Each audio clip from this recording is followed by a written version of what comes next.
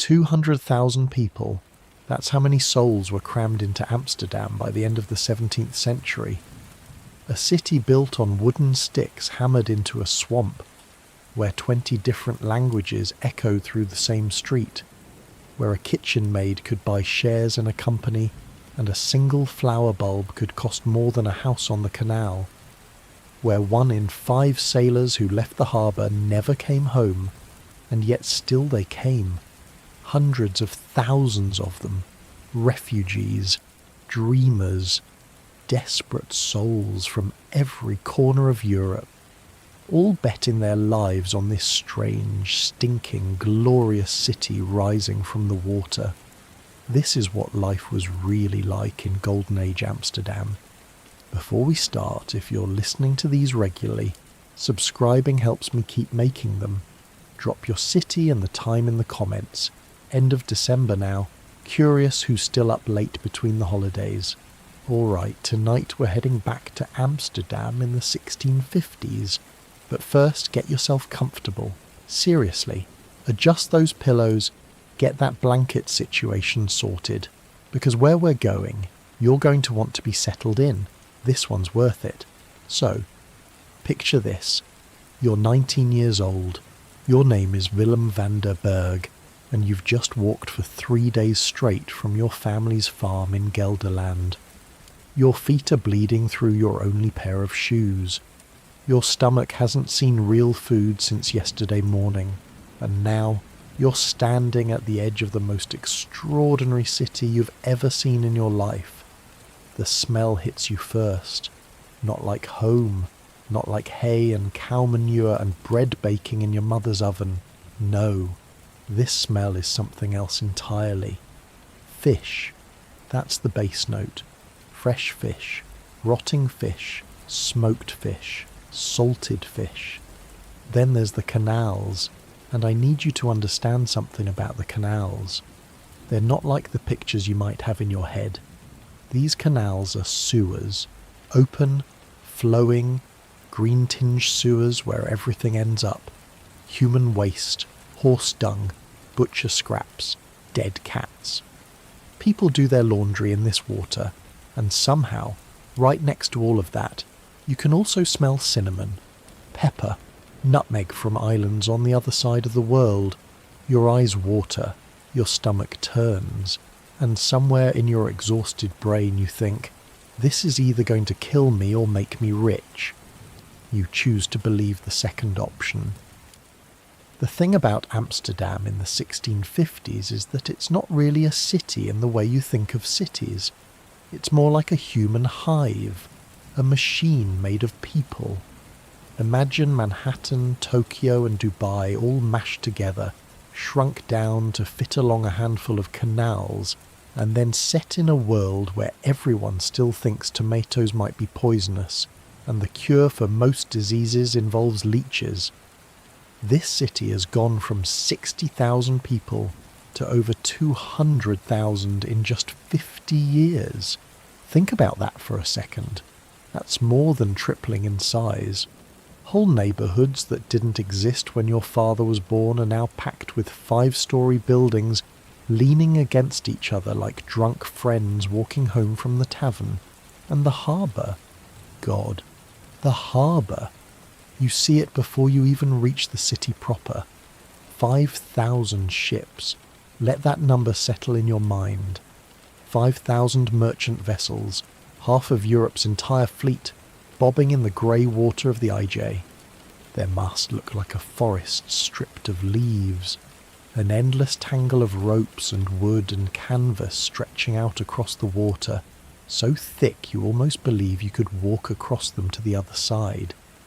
These ships carry everything: pepper from Malabar, cinnamon from Ceylon, nutmeg from tiny islands in the east that most Europeans couldn't find on a map if their lives depended on it, Chinese porcelain wrapped in straw, Baltic timber, Brazilian sugar, Russian furs, African ivory, and yes, African people too, though you don't know that yet. You're 19 and you've come to make your fortune. The darker truths of this golden age haven't revealed themselves to you yet, Your first challenge is simple. Don't die before nightfall. You have 3 copper coins in your pocket. Your mother pressed them into your palm before you left, crying like she already knew she'd never see you again. They're not enough to buy a room for the night, but they might be enough to buy some bread and a place on a floor somewhere. Maybe.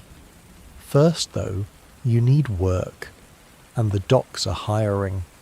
You push your way through the Haarlemmer Poort, the Western Gate, and immediately you're swept up in the current of humanity. Workers carrying barrels on their shoulders, women with baskets of fish balanced on their heads, merchants in black coats hurrying past with documents tucked under their arms, children darting between legs, quick as eels, soldiers in matching uniforms probably headed to board one of the VOC ships, and the languages, they wash over you in waves you can't even begin to separate. Dutch, obviously, but also Portuguese, French, German dialects you've never heard, Yiddish, something that might be Spanish, something else that's definitely not from anywhere in Europe. 20 languages on a single street. The pamphlets weren't lying about that. You follow the crowd toward the water, figuring that's where the work will be. The streets get narrower as you go, the buildings leaning closer. Above you, stepped gables reach up toward a sky that's the colour of pewter, threatening rain that never quite arrives.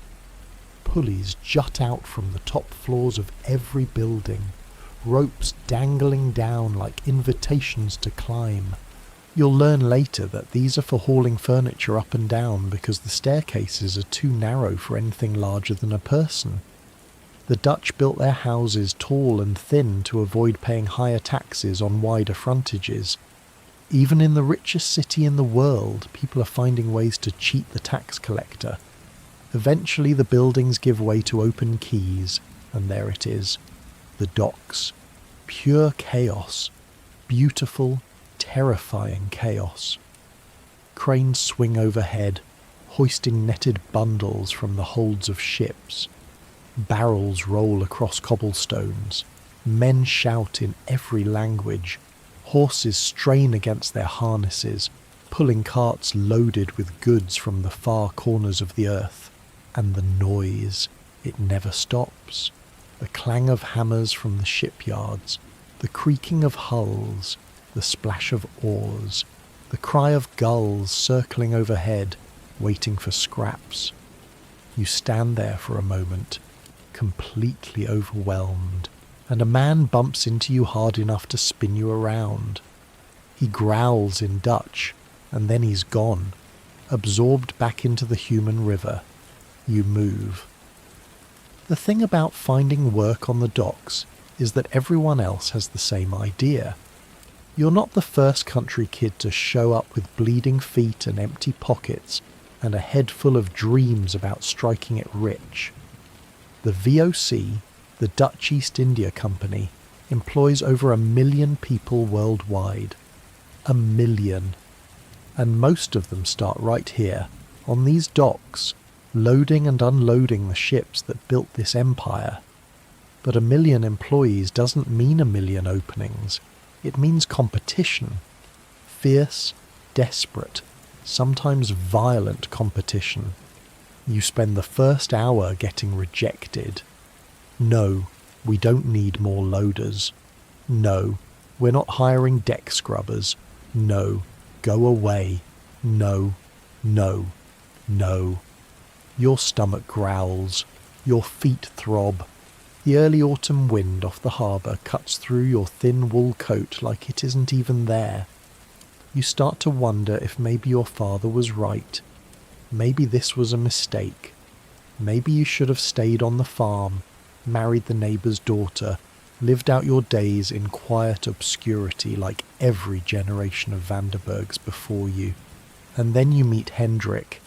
He's an older man, maybe 40, which in this era means he's practically ancient. He's got a face like a walnut, all wrinkles and weathered skin, and he's missing 3 fingers on his left hand. You don't ask about that. You learn quickly not to ask about missing pieces on the docks. Hendrik is the overseer for a warehouse owned by a merchant family named Van Leeuwenhoek. Not the famous one with the microscopes. Different Van Leeuwenhoeks. The city is full of them. He looks you up and down, taking in your farm boy build, your calloused hands, your desperate eyes. Quote 1, he says, "It's not a question. Yes, sir. You're stupid enough to work for almost nothing?" You hesitate, but only for a second. "Yes, sir." Hendrik grunts. It might be approval, it might be indigestion. It's hard to tell with him. Quote 5. "You take it. 6 stuvers a day. That's maybe enough for a shared room in the Jordaan, the workers' district, and 1 decent meal. Maybe, if you're careful, if you don't get sick, if nothing goes wrong, nothing ever goes wrong, right?" Hendrik gives you directions to a boarding house that he promises won't kill you in your sleep, and you set off through streets that are already starting to fill with evening shadows. The lamplighters are making their rounds, carrying their long poles and their little flames, touching fire to the oil lamps that hang from iron brackets along the canals. The water catches the light and breaks it into 1,000 orange ripples. For just a moment, despite everything, you think the city is beautiful. Then someone empties a chamber pot out a 2nd-story window about 3 feet from your head, and the moment passes. The boarding house is in the Jordaan, just past the Prinsengracht, in a building that looks like it might collapse if you sneeze too hard. The landlady is a woman named Griet, who might be 50 or might be 100, and has a face that suggests she stopped caring about the difference decades ago. She shows you to a room on the 3rd floor that you'll be sharing with 5 other men. There's no furniture except for a pile of straw in one corner and a bucket in the other. "Straws for sleeping," Griet says. "Buckets for everything else. You figure out which is which. Rent's due every week. You miss a payment, you're out.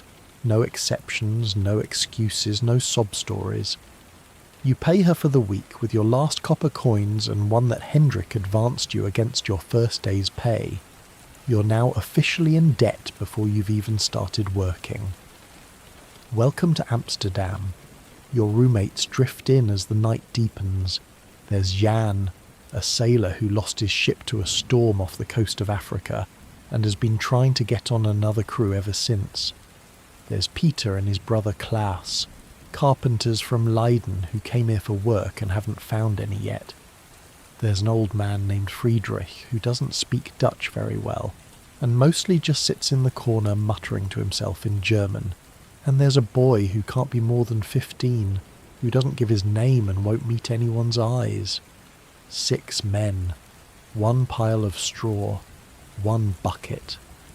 You find a spot near the wall, curl up with your coat as a pillow, and try to ignore the sounds of the city seeping in through the cracks in the walls, shouting from a tavern somewhere nearby, the clop of hooves on cobblestones, singing, off-key, in a language you don't recognize, a baby crying, a dog barking, the endless, restless pulse of 200,000 people living on top of each other.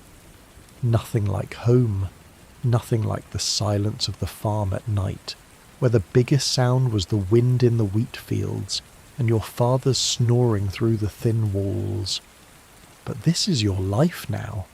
Tomorrow you start work. Tomorrow the real adventure begins, and as you drift off, the smell of the city still filling your nose, you make yourself a promise. You're going to survive this place. You're going to thrive. Someday, somehow, you're going to be one of those merchants in black coats, hurrying past with important documents. Someday you're going to have a house with a stepped gable, and a pulley system for your furniture, and servants to empty the chamber pots for you. Someday. But for now, you sleep. The straw itches against your cheek. Someone near you is snoring.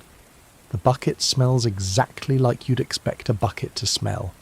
And outside, Amsterdam keeps moving, keeps breathing, keeps churning forward into a future you can't even begin to imagine.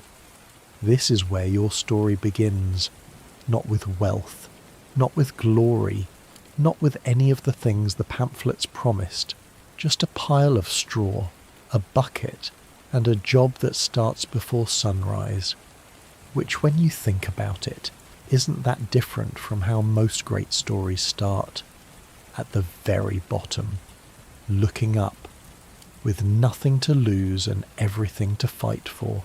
Unlike you, lying in your soft bed right now, Willem has no idea what tomorrow will bring. No idea that this city will change him in ways he can't predict. No idea about the people he'll meet, the things he'll see, the moments of wonder and horror that are waiting for him in the days ahead. But that's the thing about Amsterdam in the 1650s. Nobody knows what's coming next. That's what makes it the most exciting place on earth.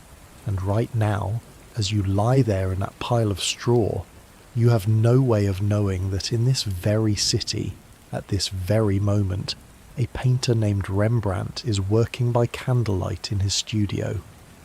That merchants are finalising deals that will send ships halfway around the world. That somewhere in a garden outside the city walls, a tulip bulb is growing that will someday sell for more money than you'll earn in 20 years of work. You don't know that the plague will sweep through these crowded streets again, that the canals you walked along today will freeze solid in winter, that empires will rise and fall while you're hauling crates on the docks. All you know is that you're tired, that your feet hurt, that tomorrow is going to be the hardest day of your life and the day after that will probably be harder still. But you're here, in Amsterdam, the centre of the world, and that has to count for something. The last thing you hear before sleep takes you is the sound of church bells somewhere in the distance, marking the hour, counting the time, reminding everyone within earshot that in this city every moment matters, every second is an opportunity, every heartbeat could be the one that changes everything.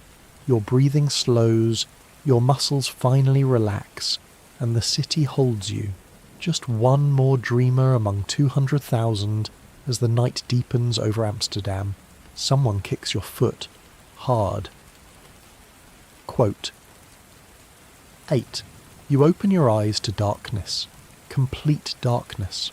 For a second you don't know where you are. Then the smell hits you and everything comes rushing back. The straw, the bucket, Amsterdam. It's Hendrik. How he got into the boarding house you have no idea. But there he is, silhouette barely visible in the pre-dawn grey, and he's not asking twice. You stumble to your feet. Your whole body screams in protest. 3 days of walking, followed by a night on a pile of straw that might as well have been bare floor. Every muscle feels like someone's been at it with a hammer. Quote 9. Hendrik says, and he's already heading for the stairs. You move. Outside, the city is a different creature in the dark. The canals are black mirrors reflecting nothing. The only light comes from a few windows where bakers are already starting their fires. The air is cold and damp and carries that same complicated smell from yesterday, though somehow worse in the darkness. Like the night concentrated it. Hendrik walks fast for a man missing 3 fingers. You have to half jog to keep up. He doesn't talk, doesn't explain where you're going or what you'll be doing. Just walks, boots clicking on the cobblestones, breath coming out in little clouds that disappear into the gloom. The docks are already alive when you arrive. That surprises you. You figured you'd be among the first. But no. Dozens of men are already swarming the quays, their lanterns bobbing like fireflies in the dark. You can hear them before you can see them, the grunt of effort, the thud of heavy things being moved, the creak of ropes and pulleys, and underneath it all, the constant slap of water against wood. Quote 10. Hendrik says, pointing toward a ship that's little more than a shadow against the slightly lighter sky. She came in last night from Batavia, 8 months at sea. Everything in her hold needs to come out before noon. 8 months. You try to wrap your head around that. 8 months on a wooden ship crossing oceans you've only heard about in stories. 8 months of eating whatever didn't rot. Drinking water that probably tasted like the barrel it came from. Praying to God that the next storm wouldn't be the one that sent you to the bottom. And now you're going to unload what they brought back. Find a man named Gerrit. He'll tell you what to do. Don't drop anything. Don't break anything. Don't talk unless someone asks you a question. And for God's sake, stay out of the way of the experienced men. They'll shove you in the harbour just for fun. Then Hendrik's gone, swallowed by the darkness, probably off to ruin some other new workers' morning. You find Gerrit. He's a massive guy, built like a barrel himself, with a beard that looks like it hasn't been trimmed since the last decade. He takes one look at you and laughs. Another one. They're sending me babies now. He shakes his head, still chuckling. All right, baby. Grab that rope. Pull when I say pull. Stop when I say stop. You think you can handle that? You can handle that. What follows is the longest morning of your entire life. The cargo comes up from the hold in nets, swinging out over the water on ropes thick as your wrist. Pepper in burlap sacks, cinnamon in wooden crates, bolts of fabric wrapped in oilcloth, porcelain packed so carefully in straw that you're terrified to touch it. Every piece of it travelled halfway around the world to get here. Every piece of it is worth more than you'll make in a year, and your job is to catch it, guide it down, stack it on the quay without breaking it or yourself. The first hour you think you're going to die. Your arms burn, your back screams, the ropes tear at your palms until they're raw and bleeding. The experienced workers move like they've been doing this their whole lives, which most of them have. They don't even seem to notice the weight. You notice. God, you notice. But you don't complain. You don't slow down. You keep pulling when Gerrit says pull, and stopping when he says stop.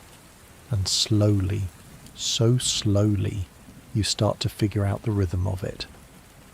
Not bad for a baby, Gerrit says around mid-morning, which is probably the closest thing to a compliment you're going to get. The sun's up now, such as it is, grey light filtering through grey clouds over grey water, but at least you can see, and what you see is chaos in motion. The Zealandia is just one ship among dozens being unloaded right now. The quay stretches in both directions, packed with crates and barrels and sacks, with workers weaving between them like ants in a colony. Carts roll past, pulled by horses that look almost as tired as you feel. Merchants stand in clusters, pointing and arguing and scribbling in their ledgers. Money is being made and lost with every breath, and the smell. Now that the sun's warming things up, you can really appreciate the full bouquet. Fish from the nearby market, spices from the cargo, tar from the ships, sweat from the workers, horse manure from the streets, and underneath it all, always, the canals. That sweet, rotting, unforgettable smell of the canals. Quote 16. Gerrit says during a brief pause in the work. Quote 17. He says it casually, like he's talking about the weather. Out of how many, you ask? 200. 40 dead before we even reach port. Then we spent 6 months trading, loading cargo, trying not to die of diseases we'd never heard of. Then 7 months back. Lost another 30. He shrugs. Made it home with barely enough crew to work the sails. You do the math in your head. 70 dead out of 200. More than a third. Why'd you do it again? Gerrit laughs. but there's no humour in it. Quote 22. He picks up another rope. Quote 23. You work. Sometime around noon, a man falls. You don't see it happen.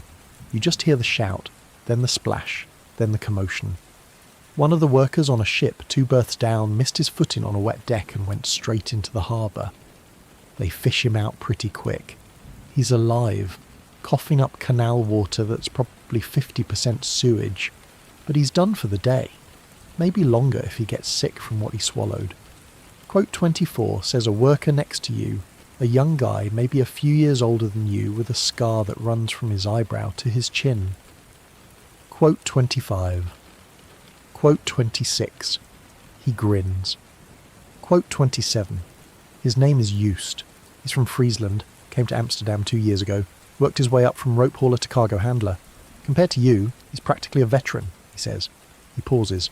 Joost just points to his scar. Quote 32. He goes back to work like he just told you about what he had for breakfast. That's the thing about this place you're starting to realise. Everyone has a story like that.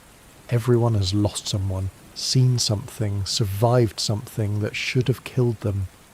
Death is so common here it's barely worth mentioning.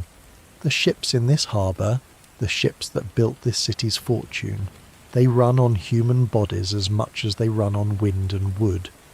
1 in 5 never comes home. That's the price of cinnamon in your porridge. That's the cost of pepper on your meat.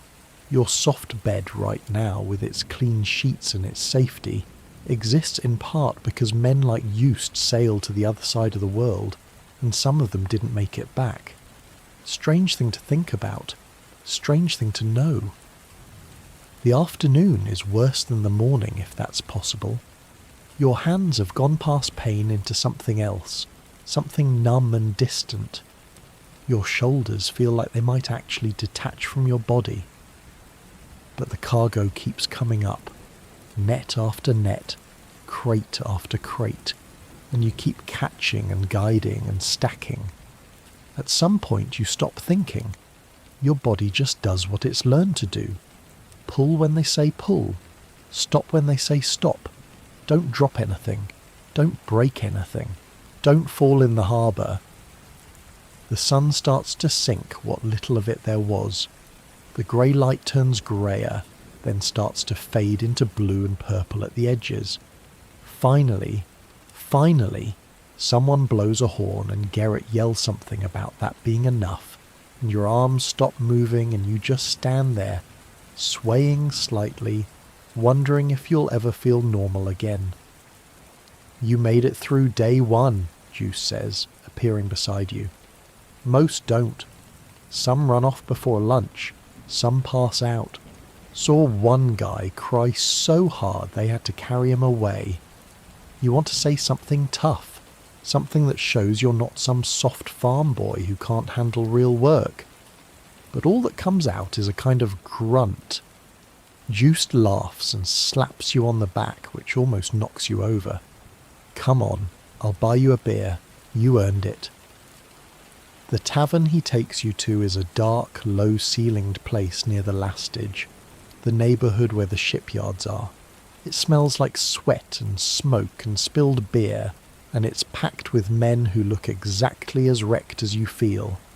Joost knows everyone. Nods and greetings as you push through to a table in the corner.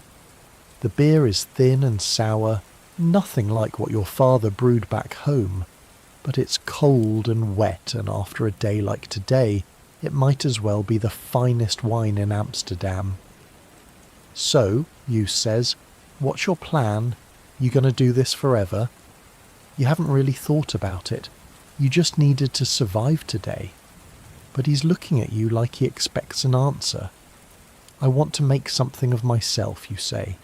Have my own business, maybe. House on the canal. You know. The dream. Joost nods like he's heard this before. He probably has, 1,000 times, from 1,000 farm boys just like you. Quote 40. He takes a long drink. Quote 41. Quote 42. quote 45. He leans back, studying you with an expression you can't quite read. You seem smart enough, don't waste that. Keep your eyes open, listen, learn. This city rewards people who pay attention. You file that away. Good advice, probably.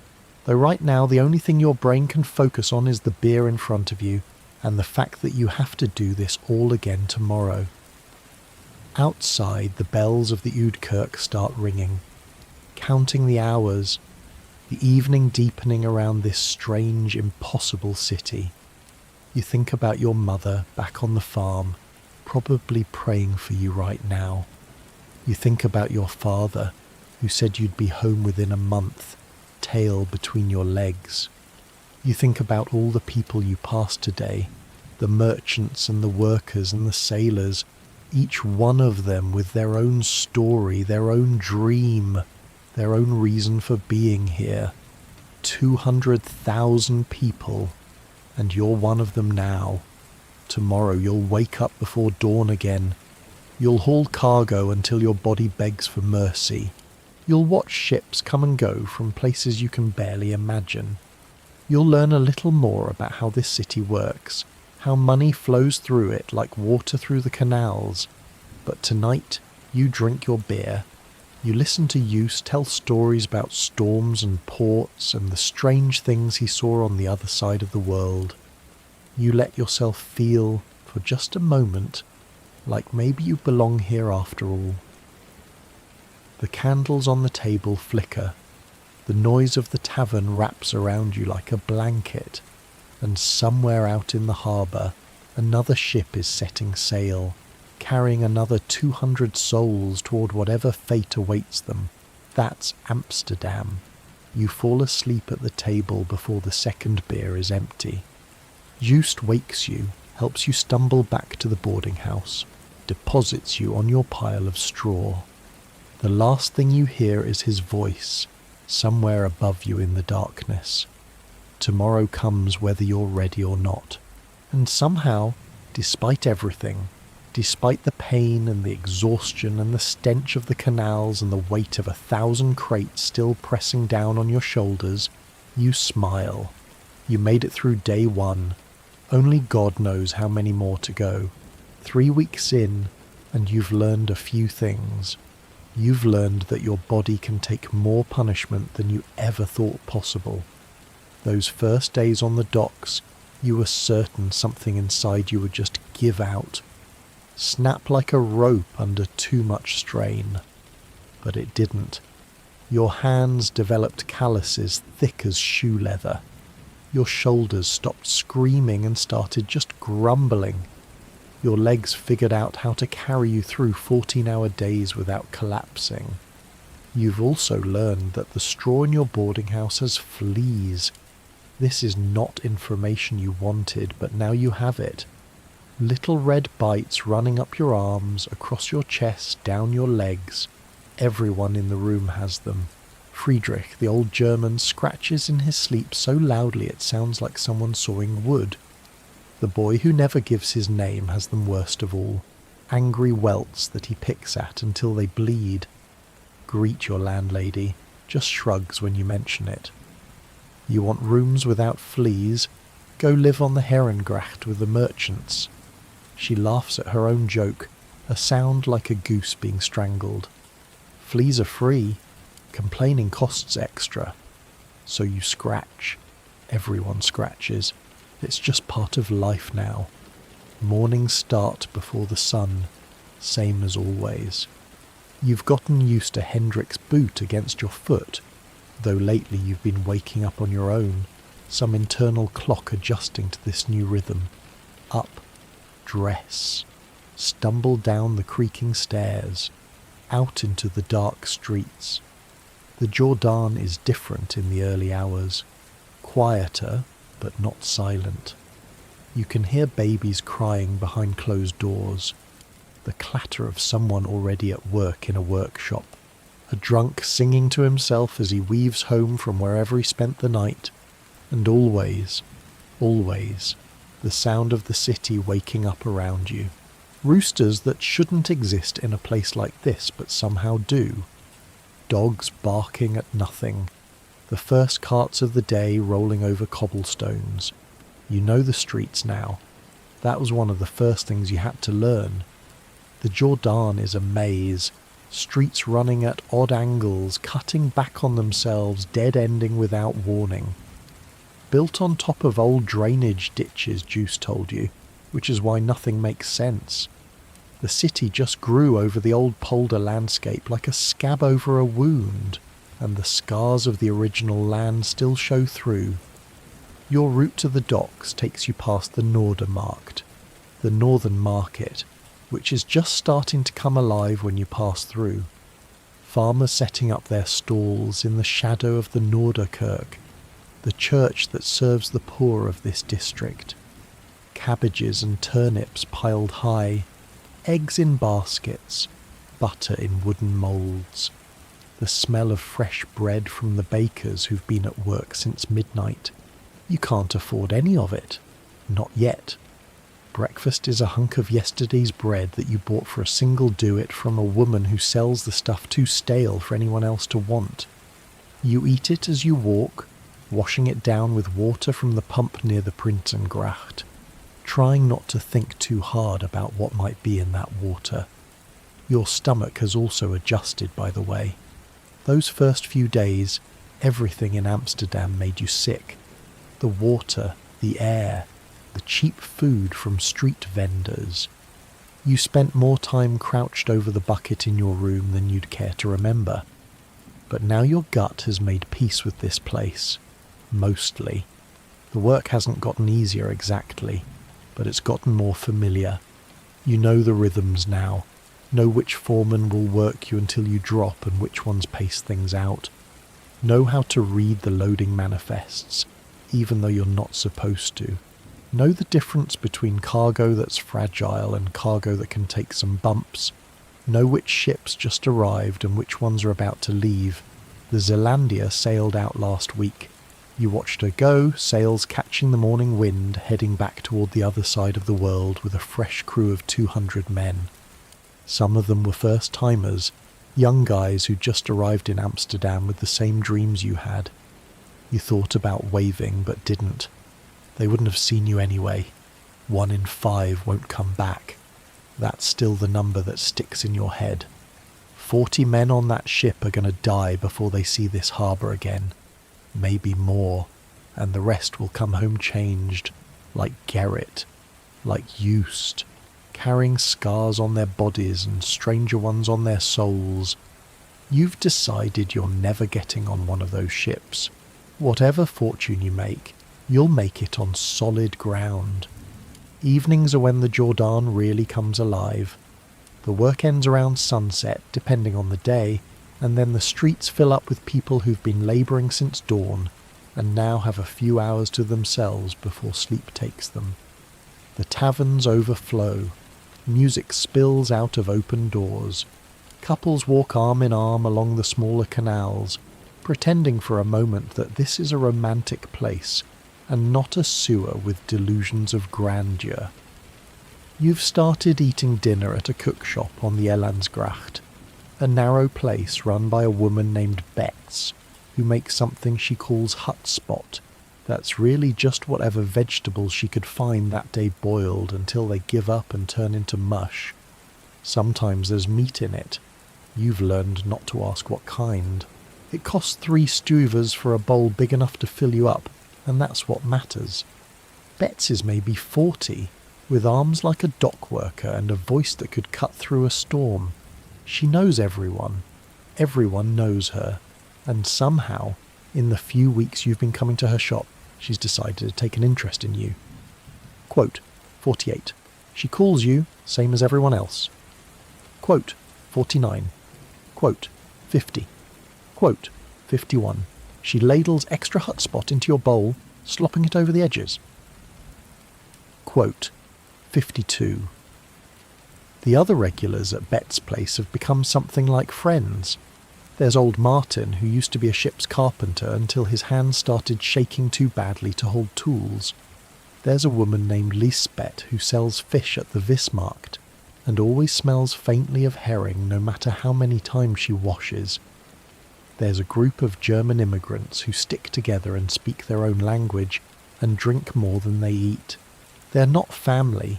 You have family back in Gelderland probably still wondering if you're alive, but they're something. A community forged by the shared experience of being poor in the richest city in the world. The gap between rich and poor here is something you still can't quite wrap your head around. On your way to the docks, you walk along the Prinsengracht, past the narrow houses of the Jordaan, where families of 6 crowd into single rooms. But if you cross the canal, you're on the Keizersgracht, the Emperor's Canal, where the merchant houses rise 4 and 5 stories tall, stone facades instead of simple brick, glass windows with actual curtains behind them, servants coming and going through side entrances. You saw inside one of those houses once, just a glimpse through an open door. Paintings on the walls, actual paintings. Tiles on the floor that probably cost more than you make in a month. A chandelier with what looked like 100 candles, burning in the middle of the day like money meant nothing at all. The people who live in those houses got their wealth from the same docks where you break your back, the same ships, the same cargo. They just happen to own things instead of carry them. It's not fair. Everyone knows it's not fair, but it's how the world works here and everywhere else. At least in Amsterdam you can look at those houses. At least here there's a chance, however small, that someday you might live in one yourself. Back on the farm you knew exactly what your life would be from the day you were born until the day you died. Here, everything is possible, even if most of what's possible is just dying in a different way. Tonight Joost finds you at Bet's place. "He's got news," he says, sliding onto the bench across from you. You look at him, spoon halfway to your mouth. He grins. Quote 57. "You can, actually. Your mother taught you. She'd been a servant in a merchant's house before she married your father, and she'd learned letters and figures there. She passed them on to you, sitting by candlelight on winter evenings, tracing letters in the soot from the fireplace. I can read. Then go see a man named Cornelis at the Van Leyden warehouse tomorrow after the morning shift. Tell him Joost sent you. He steals a piece of bread from your plate. If you get the job, you owe me a beer. If you don't, I still tried, and you still owe me a beer." That night, you can't sleep. The fleas are the same as always. Friedrich is snoring. The boy is scratching. The bucket smells. None of that is different. But your mind won't stop racing.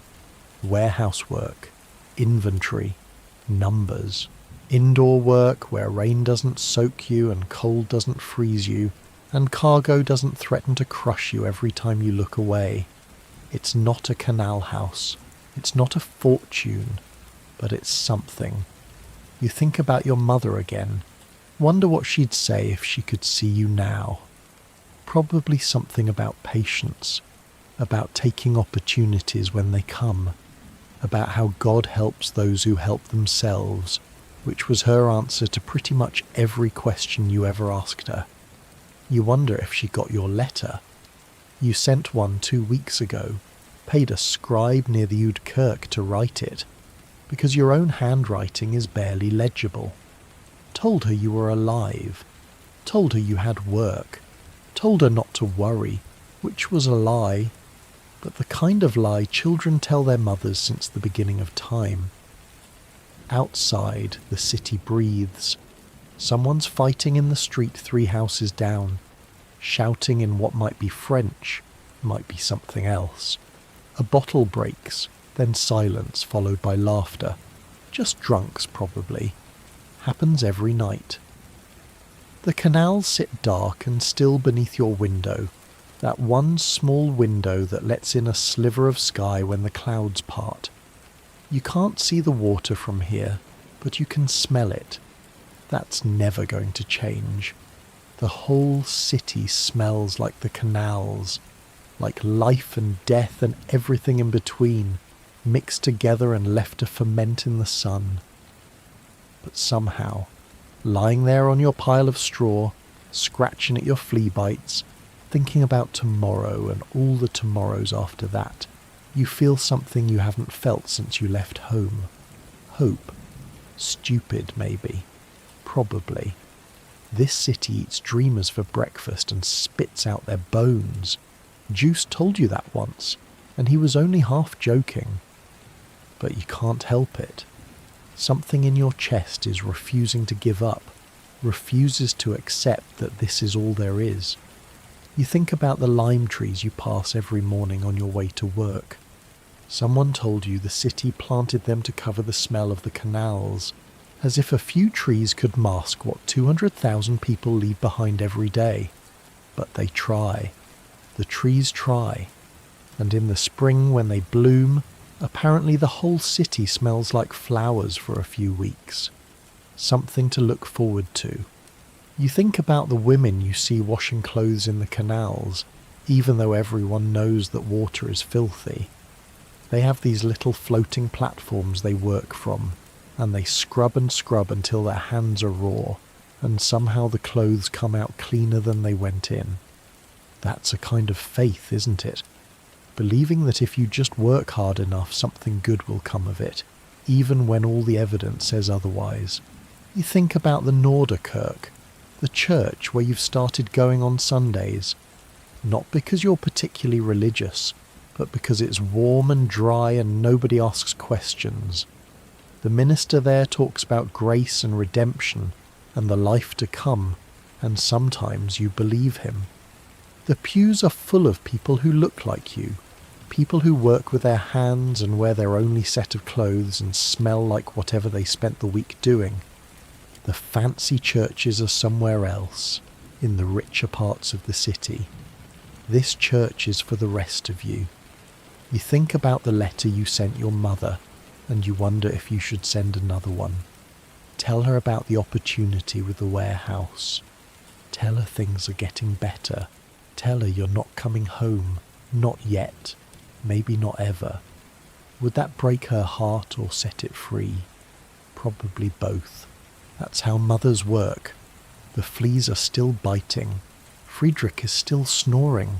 The boy in the corner is still a mystery, still silent, still looking at the world with eyes that have seen too much for someone so young.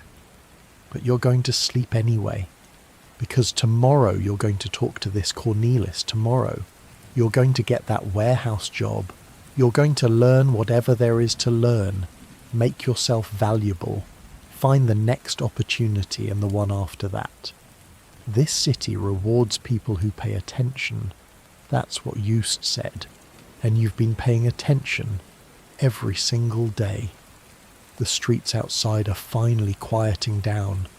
The drunks have found their beds or their ditches. The fighters have made peace or passed out. Even the dogs have stopped barking, satisfied that whatever threats they were warning against have moved on for the night. Somewhere across the city, in one of those grand houses on the Herengracht, a merchant is probably looking over his accounts by candlelight, counting the money that flowed through his hands today, planning tomorrow's deals, not thinking at all about the men who hauled his cargo from ship to warehouse, the men whose labour makes his lifestyle possible. That's fine. He doesn't have to think about you. But someday, maybe, he'll have to deal with you, as an equal, as a partner, as someone who clawed his way up from a pile of straw in the Jordan to something better. That's the dream. That's always the dream. Your eyes finally start to close. The sounds of the Jordan fade into a kind of rhythm, familiar now, almost comforting in its chaos. Tomorrow is coming, and for the first time since you arrived, you're actually looking forward to it. Cornelis van Leyden is not what you expected. You pictured someone like the merchants you see on the streets. Black coat, tall hat, expression that says the world owes him money and he intends to collect. But Cornelis is small, barely taller than your shoulder, with ink-stained fingers and spectacles perched on a nose that looks like it's been broken at least twice. He's also talking before you even finish introducing yourself. Just sent you. Yes, he mentioned. Said you can read. Can you read? Don't just tell me yes, show me. He shoves a piece of paper into your hands. Read that. Out loud. Now. The paper is a cargo manifest. Lists of goods with numbers beside them. Pepper, 47 barrels. Nutmeg, 12 crates. Cinnamon, 31 bundles. You read it all, stumbling only once over a word you don't recognise, Cornelis says impatiently. Quote, 64. Quote, 65. Quote, 66. Quote, 67. Quote, 68. That takes you longer. You have to count in your head, and you're pretty sure Cornelis is judging every second that passes. 282. Close enough. It's 282. You're hired. Just like that. No discussion of pay, no questions about where you're from or what experience you have. You're hired because you can read an ad, and that apparently is enough. You start tomorrow. Be here at dawn. You'll shadow old Paulus for a week. Learn how we track inventory. After that, you're on your own. Cornelis is already turning away, shuffling toward a desk piled so high with papers that you can barely see the wood underneath. Don't steal. Don't lie about the numbers. Don't get drunk on duty. Those are the only rules that matter. You walk out of the warehouse in a daze. The pay, it turns out, is almost double what you made on the docks. Joost laughs when you tell him, slaps you on the back, demands his beer.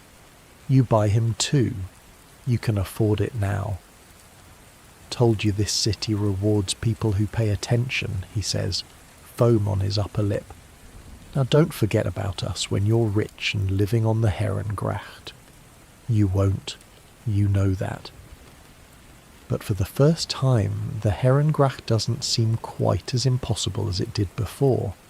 The Van Leiden warehouse sits on Kattenberg, one of the islands built for the VOC. Man-made land dredged up from the harbour floor and held in place by thousands of wooden pilings. The whole neighbourhood shakes when heavy carts roll past. You're standing on something that shouldn't exist, in a building full of things from the other side of the world. Nothing about this place is natural. All of it is human stubbornness refusing to accept what should be impossible. Old Paulus is a thin man with a cough that never quite goes away and hands that shake slightly when he writes. He's been with the Van Leidens for 30 years, worked his way up from dockloader just like you. Quote 75, he tells you on that first day. Quote 76. You think about that a lot over the next few weeks. The job itself isn't hard, not physically anyway. You walk through the warehouse with a ledger, counting crates and barrels, making sure what's actually here matches what's supposed to be here. Discrepancies get reported to Cornelis. Big discrepancies mean someone's stealing. Small ones usually mean someone can't count. But the mental work is different from anything you've done before. You have to concentrate, pay attention to details, remember which shipment came from where, which merchant ordered what, which goods are headed out tomorrow and which are staying put. It's like learning a new language, except the words are numbers and the grammar is commerce. You start to understand how money moves through this city. It's not just about ships and cargo. There's a whole invisible system underneath. Debts and credits and promises and contracts. A merchant in Amsterdam can buy pepper that's still growing on a vine in Java, sell it to a buyer in Hamburg before it ever reaches the harbour, and profit from the entire transaction without touching a single peppercorn. It's like magic, except it's not. It's just paper, agreements, Trust that everyone will do what they promised. When the trust breaks down, people lose everything. When it holds, fortunes get made. Cornelis takes you to the Beurs once, about a month into your new job, the Amsterdam Exchange. You've heard about it, everyone has, but nothing prepares you for actually seeing it. A massive courtyard surrounded by covered arcades, packed with hundreds of men, all of them shouting. The noise hits you like a physical force. You can't hear yourself think, can't make out individual words, just a wall of sound that rises and falls like waves against a ship. Quote 77. Cornelis says, raising his voice to be heard. Quote 78.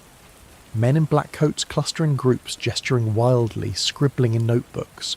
Money changes hands so fast you can barely follow it. Paper passes from person to person, each exchange creating or destroying wealth in the time it takes to blink. Quote 79. Cornelis points to a particularly frantic cluster near the centre.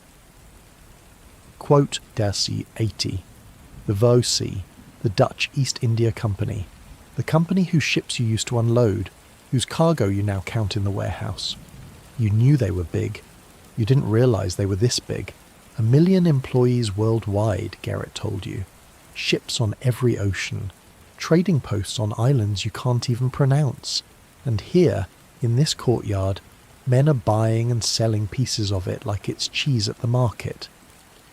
What happens if the price goes down? Cornelis shrugs. Some people lose money. Some people lose everything. That's the game. He steers you toward another cluster, this one smaller, with men who look slightly less respectable. Now, that over there, that's where it gets interesting. They're not trading VOC shares, they're trading flowers, tulips specifically, bulbs that won't bloom until spring, being bought and sold for prices that make your head spin.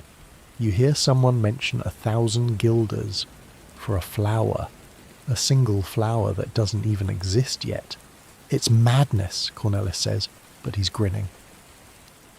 Quote 85. Quote 86. Cornelis looks at you with something that might be respect. Quote 87. You watch the tulip traders for a while longer. One of them is clutching a piece of paper like it's a newborn child, tears actually running down his face. He just sold something, or bought something. Either way, his whole life has changed in the last 30 seconds, and everyone around him is either celebrating or plotting how to do the same thing tomorrow. A man next to you, someone you don't know, nudges your elbow. Quote. Date. Quote. 89. Quote. 90. He spreads his hands like he's performing a miracle. I bought a Semper Augustus last month for 2,000 guilders. Sold it this morning for 4,000. I never even saw the damn flower. 4,000 guilders. That number bounces around your skull like a stone in an empty bucket. You could work in the warehouse for 15 years and not make 4,000 guilders. What if you can't sell it? The man's smile flickers for just a second. Quote, 93. His smile comes back, wider now. Quote, 94. You think about that, getting in early, being smart, seeing opportunities. Then you think about Just's scar, running from his eyebrow to his chin, about Gerrit's missing fingers, about the Zealandia sailing away with 200 men, 40 of whom will never come home. That's real. That's something you can understand. This tulip thing, with its promises and its paper and its money that appears from nowhere, feels like fog. Beautiful, maybe, but when you reach out to grab it, there's nothing there. Good luck, you tell the man, and you mean it. He's going to need it. You think about those tulip traders sometimes lying in your boarding house at night. The straw still has fleas, but you've been able to afford a better blanket, and Greet has started giving you the spot nearest the window since you always pay on time. 1,000 guilders for a flower bulb. That's more than you'd make in 3 years of warehouse work. More than Eust will make in 5 years on the docks. Enough to buy a small house, hire servants, never work again. And people are paying it. Gladly, eagerly, fighting over the chance to pay even more next week. Something about it feels wrong to you, though you can't quite explain why. Maybe it's because you know where real money comes from labour, from ships crossing oceans, from men like Gerrit losing fingers and Eust earning scars. Real money costs something. This tulip money feels like it costs nothing, like it's just appearing out of thin air, multiplying itself, feeding on hope and greed. But what do you know? You're a farm boy from Gelderland who got lucky with a warehouse job. These men in the burrs have been doing this for years. They must know something you don't, right? The warehouse teaches you other things too. You learn the names of ports you've never heard of. Batavia, where half the Vosi sailors catch fevers they never recover from. Goa, where the Portuguese tried to hold on to their spice monopoly and failed. Ceylon, where cinnamon grows on trees like apples grow in Gelderland. Malacca, a name that sounds like music and apparently smells like money. You learn the difference between good pepper and great pepper, how to spot weevils in nutmeg, how to tell if someone's been watering down the cargo to increase its weight. The tricks of the trade, Paulus calls them.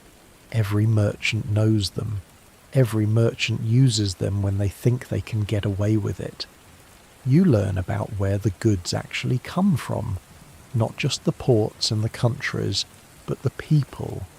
The hands that picked the pepper, the backs that carried the cinnamon, the labour that turned raw materials into the luxury goods filling these crates. Some of that labour was paid. A lot of it wasn't. There's a whole system you never knew about before coming here. Ships that sail to Africa, then to the Americas, then back to Amsterdam.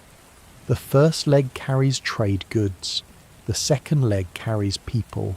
The third leg carries sugar and tobacco and cotton grown by those same people who can never go home. The Van Leidens aren't directly involved in that trade. They deal in spices mostly and cloth, and sometimes porcelain. But you see the manifest from other companies, the careful language that describes human beings as cargo, the numbers that represent not barrels or crates but lives. Paulus was right. Every number represents something real. Some nights that keeps you awake. Other nights you're too tired to think about it.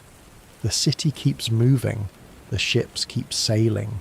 The money keeps changing hands in the burrs, and you keep doing your job, counting crates, recording numbers, trying to learn everything you can about how this vast machine works.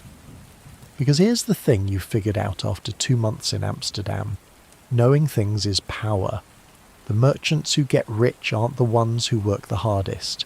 They're the ones who know the most, who see opportunities before anyone else, who understand how all the pieces fit together. You're not there yet, not even close. But every day you learn a little more. The numbers become patterns, the patterns become knowledge, and knowledge in this city can be traded for anything. Your mother would be proud or horrified, probably both. Lying in your bed tonight, you can hear the city winding down outside your window, the last of the drunks making their way home, a dog barking once, twice, then falling silent, the creak of old buildings settling into themselves. Not so different from the farm at night if you close your eyes. If you ignore the smell and the noise and the constant knowledge that 200,000 people are breathing the same air, dreaming their own dreams, fighting their own fights. You're one of them now, truly. Not a visitor anymore, not a newcomer. One of the 200,000. Tomorrow there's more cargo to count, more numbers to record, more pieces of the puzzle to fit into place. But tonight, you rest. The blanket is warm, the fleas have quieted down, and somewhere out there, in the darkness, ships are crossing oceans to bring more goods to the warehouses, more money to the burrs, more stories to this strange and wonderful city. You're part of something now, something bigger than yourself. That thought carries you into sleep. Somewhere in the city a church bell rings, once, twice, marking the hour, and in the burrs, even now, even in the darkness, men are probably dreaming about tulips, about fortunes waiting to be made, about pieces of paper that could change everything. Let them dream. You've got real work to do in the morning. Sundays are strange. After weeks of waking before dawn, your body doesn't know what to do with itself when there's nowhere to be. You lie on your straw pile, eyes open in the grey morning light, listening to Friedrich snore and the boy shift restlessly in his corner, and you think, now what?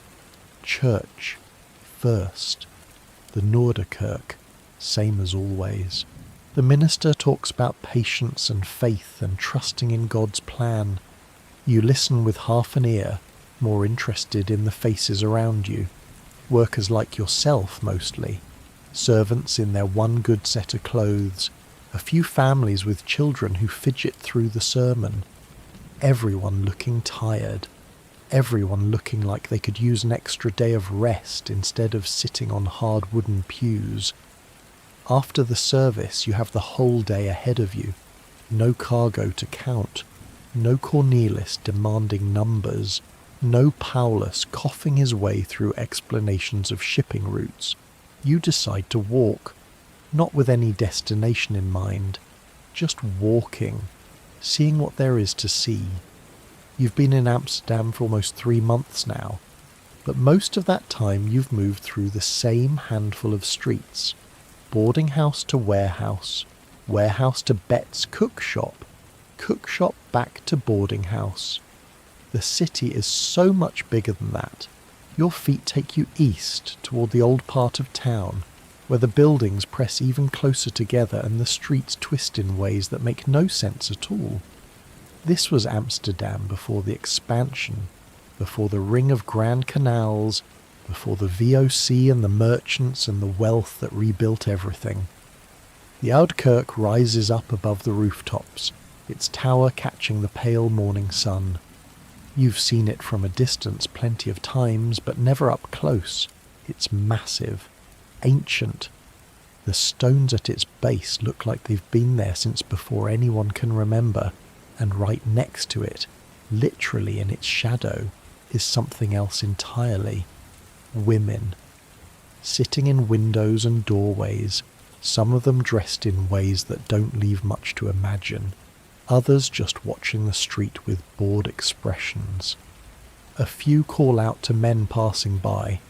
One of them whistles at you. You keep walking, face burning. Nobody told you about this part of the city. Or maybe they did and you weren't listening. Either way, it makes a certain kind of sense. Where there's money, there's everything money can buy. And in Amsterdam, everything is for sale. The street opens up into a square, and suddenly you can smell the sea. Not the canals, not that rotting, complicated smell you've gotten used to. This is different. Salt and fish and cold water. The Vismarkt, the fish market. You've heard about it but never been. It's already busy, even this early. Boats cluster along the quay, some of them still being unloaded. Barges that must have set out before dawn, heavy with the night's catch. Men in rubber aprons haul baskets of silver bodies up onto the stones. Women with scales and knives wait to receive them. Herring mostly. Mountains of herring. The Dutch have been eating herring for centuries, Jus told you once. Built their whole empire on it, really. The salted fish trade paid for the first ships, and the ships paid for everything else. Before pepper and nutmeg and Chinese porcelain, there was herring. You buy one from a woman near the edge of the market. She guts it in front of you with a knife that moves so fast you can barely follow, drops it in a paper cone with some chopped onion, and hands it over. 3 stuvers. You eat it right there, standing in the crowd, tasting salt and sea and something that connects this moment to 1,000 years of fishermen heading out into cold waters to feed the people they left behind. It's good. Really good. Your soft bed and your refrigerator full of whatever you want, any time you want it. That's something Willem can't even imagine. But this herring, fresh from the sea, eaten standing in a market that's been here longer than anyone can remember, this is real too. Real in a way that maybe gets lost somewhere along the way to where you are now. The market sprawls in all directions, not just fish, though there's plenty of that. Vegetables piled high, cheese in wheels so big it takes 2 men to lift them, bread from a dozen different bakers, butter in wooden moulds stamped with patterns, eggs stacked carefully in baskets, everything the city needs to feed itself, all in one place. You wander through it slowly, just watching. The haggling, the shouting, the deals being made, money changing hands, goods finding their way to the people who need them. It's not so different from the warehouse work, really, just louder and wetter, and with more fish guts on the ground. A woman catches your eye, not like the women near the Oud Kirk. This one is working, carrying a basket of cabbages almost as big as she is, threading her way through the crowd with practiced ease. Dark hair pinned up under a white cap, strong arms, a face that's pretty in a practical sort of way. She catches you staring and raises an eyebrow. You look away too fast, embarrassed, but she doesn't. She stops right next to you, adjusts her basket and says, quote 96, quote, you blink, quote 97, quote, quote 98, quote. She shifts the basket to her other hip. Quote 99. Word travels fast, apparently, even among the vegetable sellers. Quote 100. You say, because you can't think of anything else, Anna? She doesn't offer a hand, probably because she dropped the cabbages. You always wander the market looking lost, Willem, or is today special? There's something in her voice that makes you want to laugh. Not mean, exactly, just direct, like she's already decided you're worth talking to and is waiting to see if she's right. It's my first time here, you admit. Sundays are the only day I get to explore. 3 months in Amsterdam and you've never seen the Bismarck? She shakes her head, but she's smiling now. Quote 106. Quote 107. Quote 8. She starts walking, and without really meaning to, you fall into step beside her. Quote 109. That's a strange thing to say. You tell her so. My father came here 20 years ago from Antwerp, she says, still walking. Had nothing. Worked himself half to death building the vegetable business. Now he's got a house and a wife and 3 daughters and more money than he ever dreamed of. She pauses, and he's miserable. Works every day. Never sleeps. Sees enemies everywhere. The money didn't make him happy. It just gave him more things to worry about. So what's the point? The point is to remember why you wanted the money in the first place. Not just more and more and more until you forget everything else.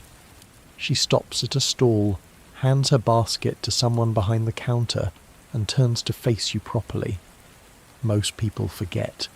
They come here with dreams and end up with nothing but ledgers and heartburn. You think about Cornelis, hunched over his desk, ink on his fingers, spectacles slipping down his broken nose, working every hour God sends. Rich, probably, but you've never seen him smile. Quote 116, you say. Anna studies you for a moment. Whatever she sees seems to satisfy her. Quote 117, she says.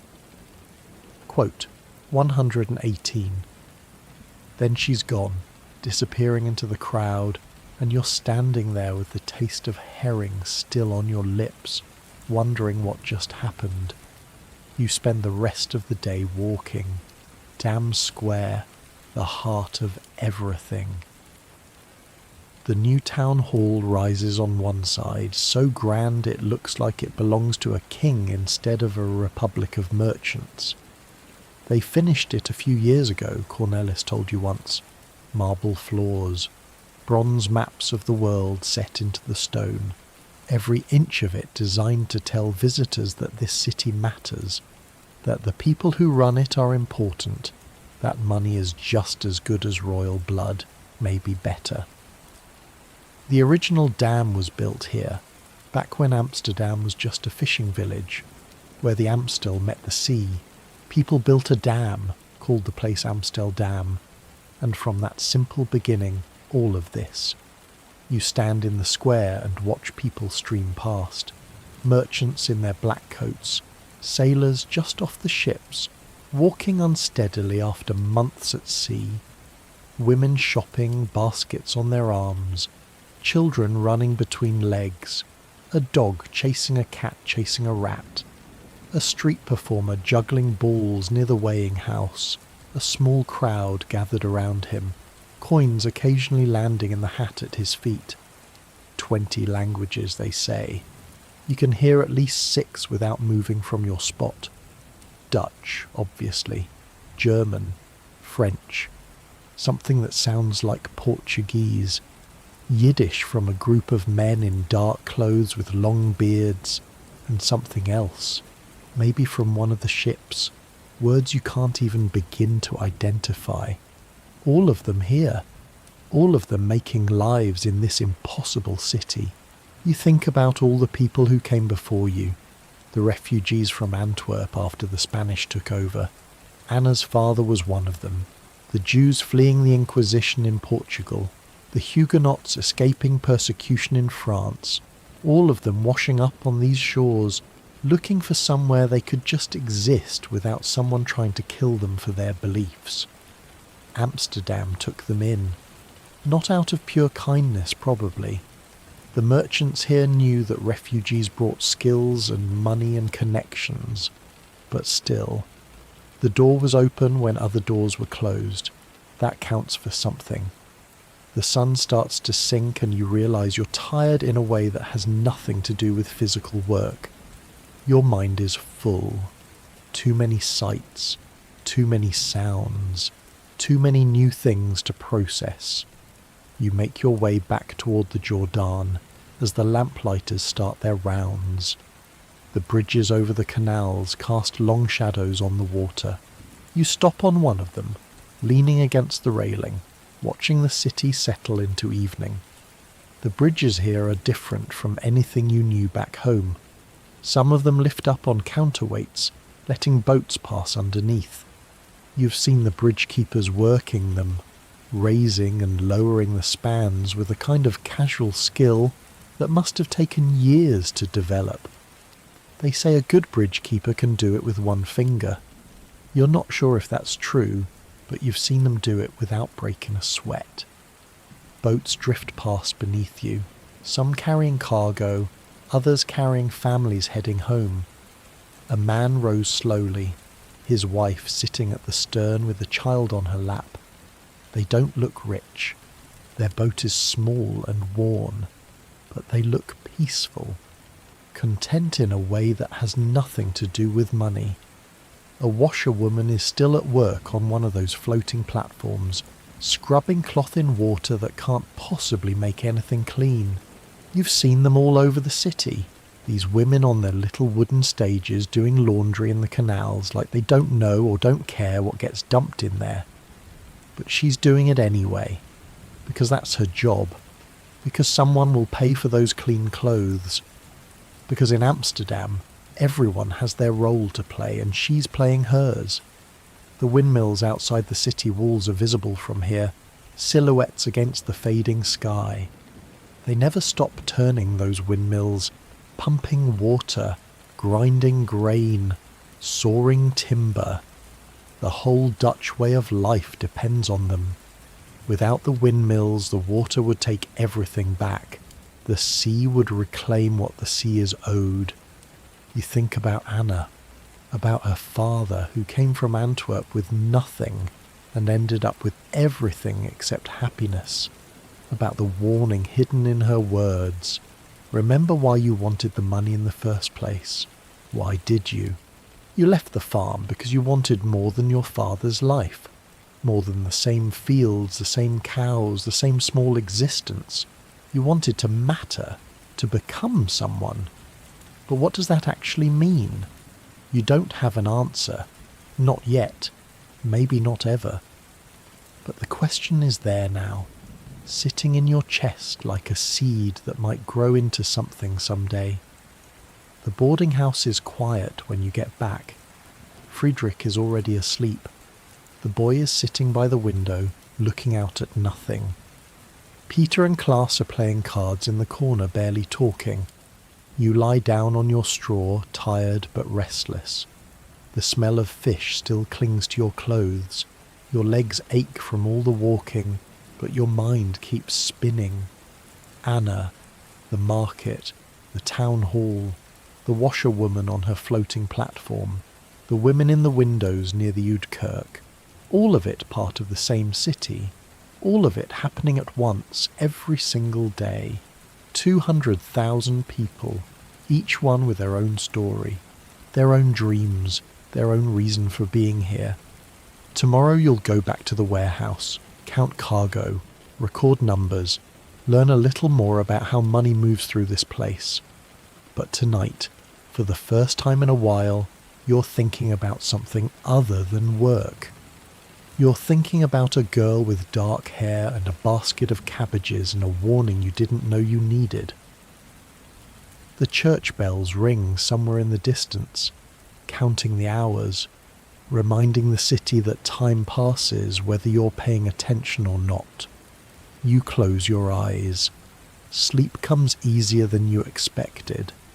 In your dreams, you're walking through the fish market again. But this time, Anna is beside you, pointing things out, explaining things you didn't know, laughing at something you said.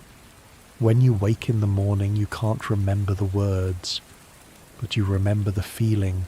And that's enough for now. You find Anna again on a Wednesday, not at the market, at the warehouse. She's delivering onions, just like she said, a cart full of them pulled by a donkey that looks almost as stubborn as she does. Cornelis is arguing with her about the price, which seems to be a regular occurrence based on how neither of them looks particularly upset about it. 3 stuvers per bushel, Cornelis says. 4, Anna says, and you know it's fair. 3.5. 4. These are good onions, best you'll find this time of year. Cornelis sighs, the sigh of a man who knows he's going to lose but has to go through the motions anyway. Quote, 1, 2, 4. Quote, 1, 2, 5. Anna catches your eye as she's unloading the cart. A small smile, nothing more, but it stays with you the rest of the day. She's waiting outside when your shift ends. Quote, 126, she says, falling into step beside you as you head toward the Jordan. Quote, 127. Quote, 128. Quote, 129. She pulls her shawl tighter against the evening chill. October now, and the air has teeth. Quote, 130. The church near your boarding house. You've passed it 100 times, heard its bells counting the hours, never been inside. Why would I go there? I go to the Noorderkerk. The Noorderkerk is fine for praying. The Westerkerk is for seeing. She takes your arm, steering you down a side street. Come on, there's something I want to show you. The Westerkerk is bigger than the Noorderkerk, newer too. The tower rises up into the fading sky, topped with a crown that you can see from half the city away. Inside, the space opens up in ways you didn't expect. High ceilings, light coming through windows set high in the walls, Everything clean and white and simple, the way the Reformed churches always are. Quote 134, Anna says, "You look up, the ceiling is painted, not like Catholic churches with their saints and angels and gold leaf everywhere. This is different. Geometric patterns, designs that draw your eye without quite meaning anything, shapes folding into more shapes." Quote 135, Anna says quietly. Quote 36. She's looking up too, her face soft in the fading light. "He used to bring me here when I was little, said it was the most beautiful thing he ever helped make." You stand there together looking at the ceiling, and for a moment the city outside doesn't exist. Just this space, this quiet, this girl beside you. Quote 138. Quote 139. She shrugs, but there's something sad in it. Always the money. He could make more selling vegetables than building churches. So that's what he did. A pause. I think he regrets it sometimes. You can't hold a vegetable the way you can hold a brick. Can't point to a building and say, "I made that." You think about your own father back on the farm, the fields he planted, the animals he raised, work that left something behind, even if it wasn't grand, even if nobody would remember it. What do you leave behind, counting cargo in a warehouse?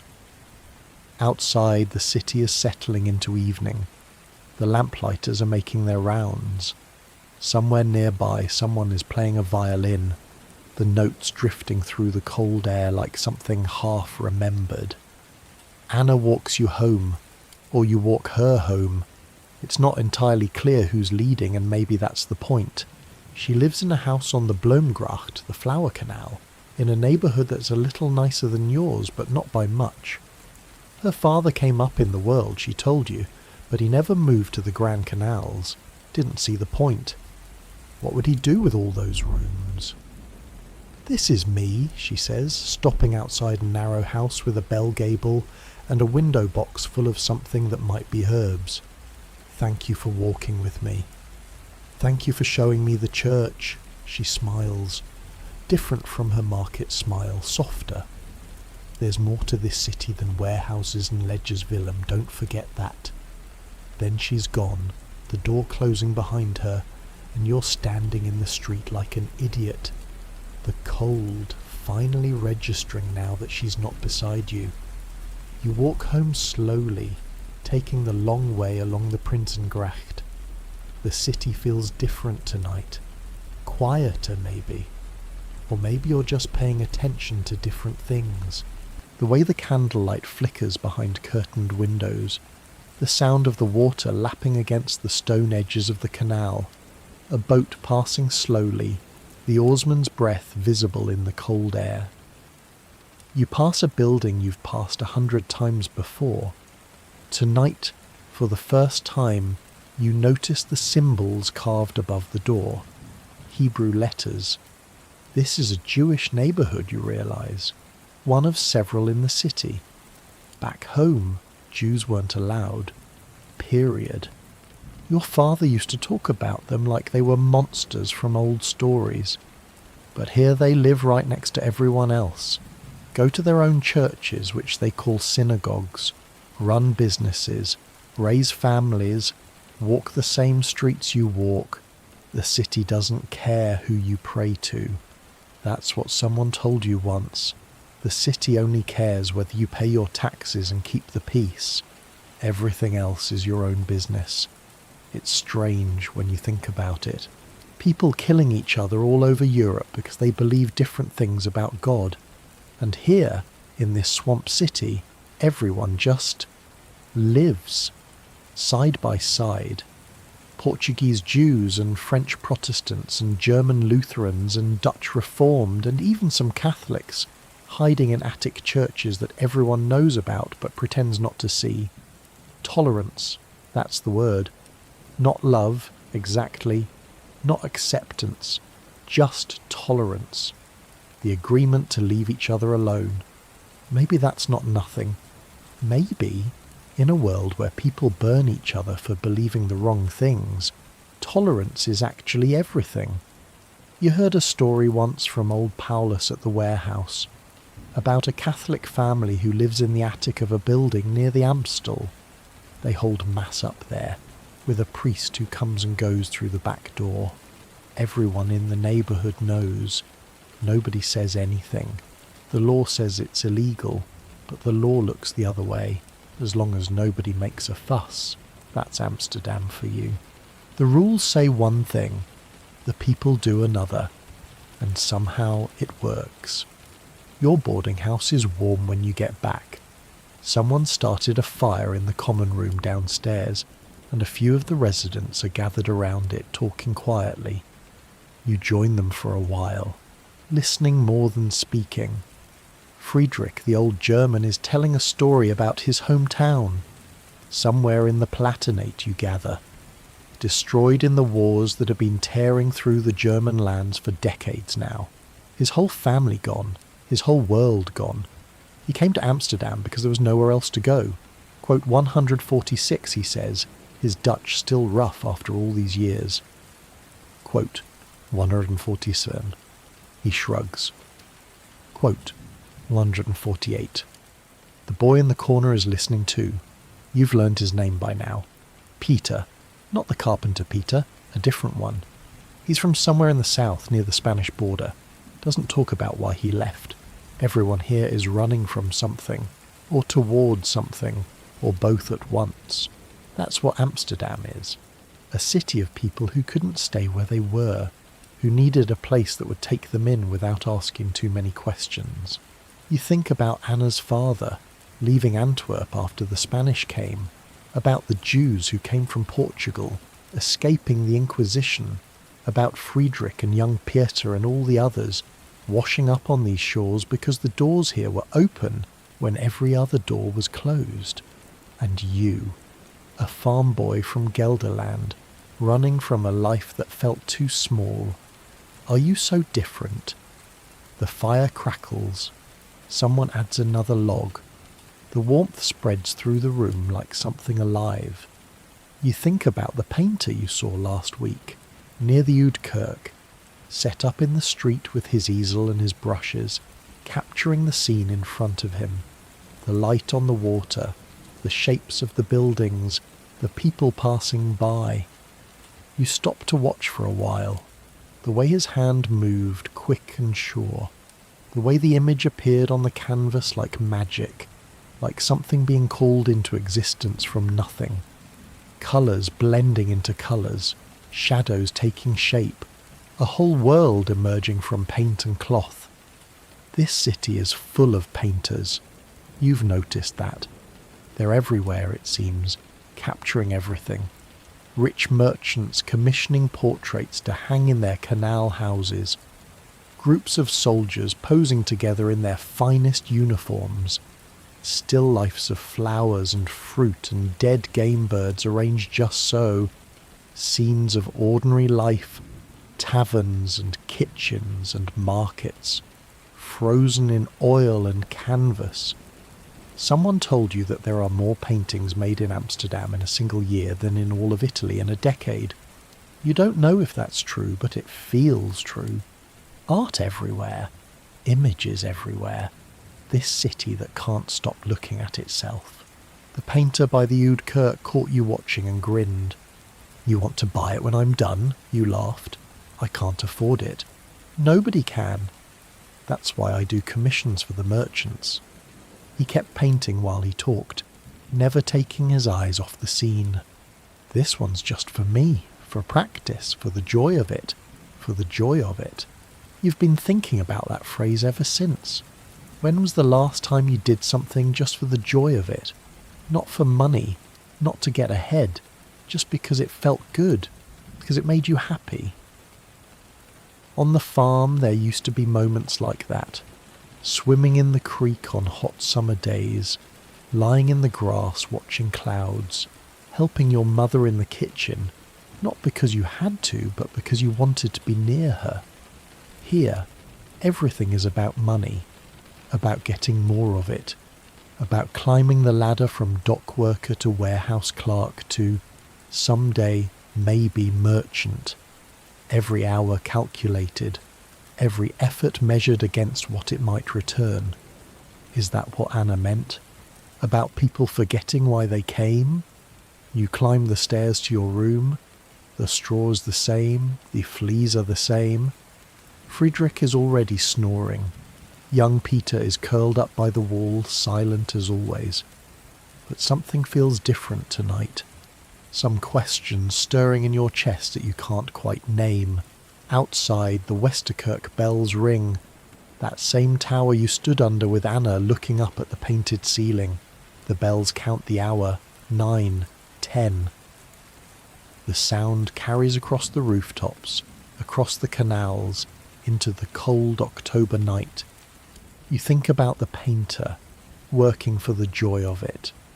You think about Anna's father, building churches with his own hands.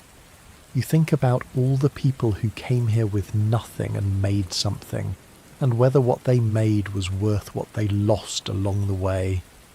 Heavy thoughts for a Wednesday night, but they're there now, and they won't go away.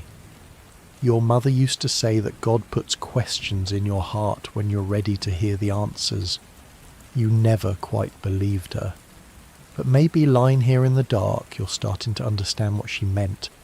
Not answers, not yet, but questions. Real ones. The kind that matter. That's something at least. The fire downstairs is dying. You can hear it crackling its last. The room is getting colder, but your blanket is warm and tomorrow is another day, and the city is out there waiting, full of secrets you haven't discovered yet. Anna said there's more to show you. Parts of Amsterdam you won't find on your own. You'd like that. You'd like that very much. There's a warmth in your chest that has nothing to do with the blanket. A feeling that something is changing, or has already changed, and you're only now starting to notice. The city that seemed so terrifying when you first arrived, so overwhelming and foreign and cold, is starting to feel like somewhere you might actually belong. Not because it's easy. It's not easy. The work is still hard. The fleas still bite. The smell of the canal still hits you fresh every morning like something died in the night. But there are people here now. Real people, not just faces in a crowd. Anna, Joost, Betts at the cook shop, old Paulus at the warehouse, even Cornelis in his strange ink-stained way. They know your name. They look for you when you're not there. They're starting to matter.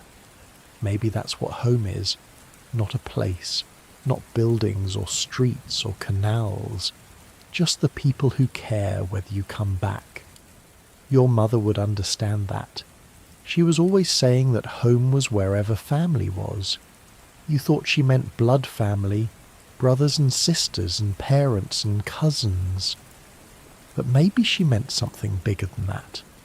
Maybe she meant the family you find along the way. Your eyes close. The bells have stopped ringing. The city settles into sleep around you. 200,000 dreams unfolding in the dark. Yours is simple. A church ceiling, a girl's smile, the feeling of standing somewhere beautiful with someone who sees it too. That's enough for tonight. That's more than enough. Tomorrow you'll see her again probably, at the warehouse or the market or somewhere in between. You'll find some excuse to talk. She'll say something that makes you think. The world will keep turning, the ships will keep sailing, the money will keep changing hands. But right now, in this moment, everything is quiet. Everything is exactly where it should be. Sleep comes easy when you stop fighting it. Let it come. November brings the cold. Not the crisp autumn cold you've gotten used to, but something deeper. Something that crawls into your bones and sets up residence. The kind of cold that makes you understand why the Dutch drink so much Genever. Why, they huddle around fires and pile blankets on their beds and wear wool against their skin even though it itches like mad. The canals start to freeze. It happens slowly at first. Ice at the edges, thin and fragile, then thicker still. One morning you wake up and the boats aren't moving. They're stuck where they stopped, locked in place by white sheets of frozen water. The city changes when the canals freeze. The boats that normally carry cargo now sit useless. Goods have to move by cart instead, which means the streets are more crowded than ever. Wheels stuck in frozen ruts, horses slipping on icy cobblestones, everyone moving slower, bundled heavier, breath visible in the air. But there's something else too. Something you didn't expect. People start skating, you've never seen anything like it. Blades strapped to shoes, men and women and children gliding across the frozen canals like it's the most natural thing in the world. Racing each other, spinning, laughing. The ice that stopped commerce became a playground overnight. Anna takes you to watch one evening after work. You stand on the Prinsengracht bridge, looking down at the frozen canal below. Torches have been set up along the edges, casting flickering light across the ice. People move through the darkness like ghosts, their blades cutting clean lines in the surface. Quote 153, Anna says. She's bundled in a heavy wool shawl, her breath making small clouds in the air. When he was young, back in Antwerp, he said the canals there froze just the same. Did he teach you? She shakes her head. No time, always working. A pause.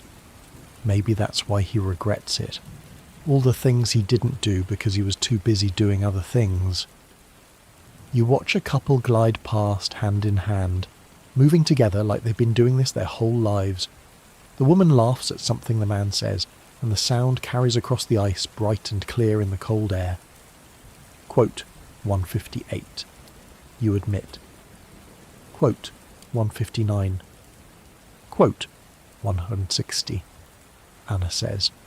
Then she blushes, just a little, like she said more than she meant to. Quote 161. You smile. Quote 62.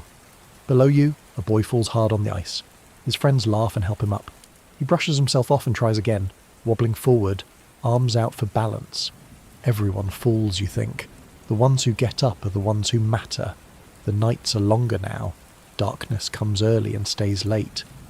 By the time you finish at the warehouse, the sun is already gone, and you walk home through streets lit only by the occasional lamp and whatever light spills from windows.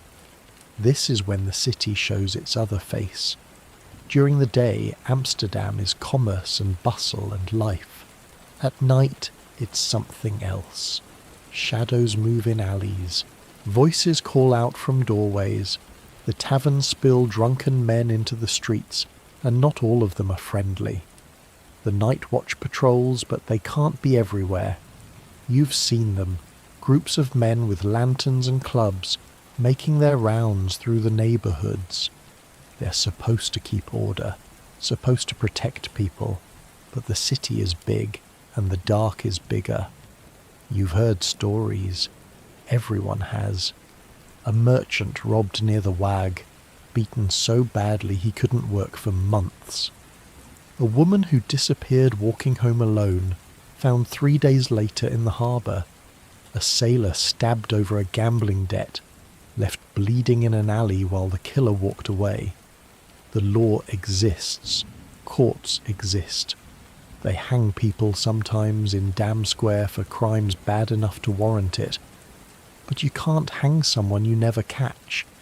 And in a city this big, this crowded, this full of strangers passing through, catching anyone is harder than it sounds. Joost warned you about this back when you first arrived. Stay in groups after sunset. Keep your money hidden. Don't make eye contact with strangers. Don't go down streets you don't know. You've been careful. Mostly. One night, walking home alone because you stayed late to finish some figures for Cornelis, you hear footsteps behind you. Heavy, fast, getting closer. Your heart jumps. Every story you've heard about robberies and beatings floods through your mind at once. You walk faster.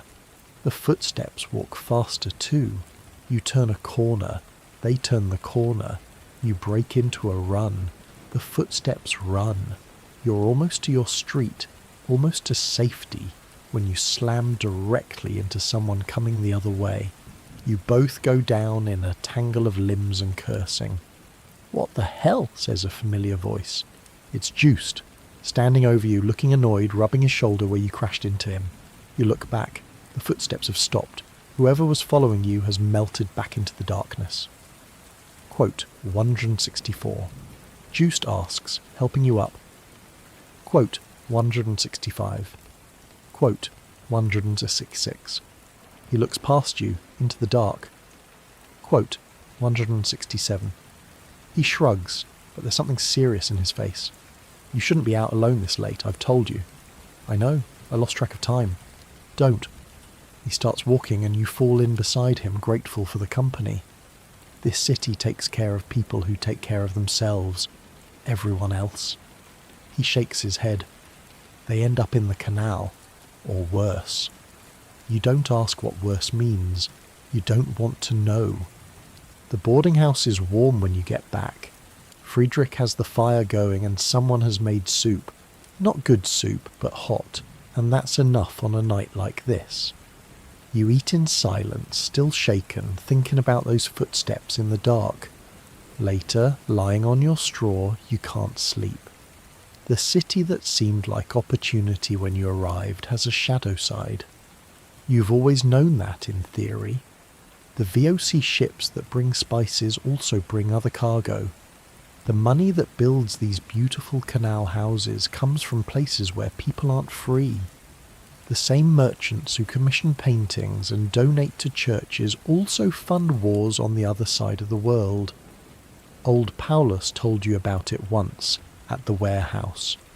Documents he's seen over the years, manifests that list people the same way they list pepper and cloth.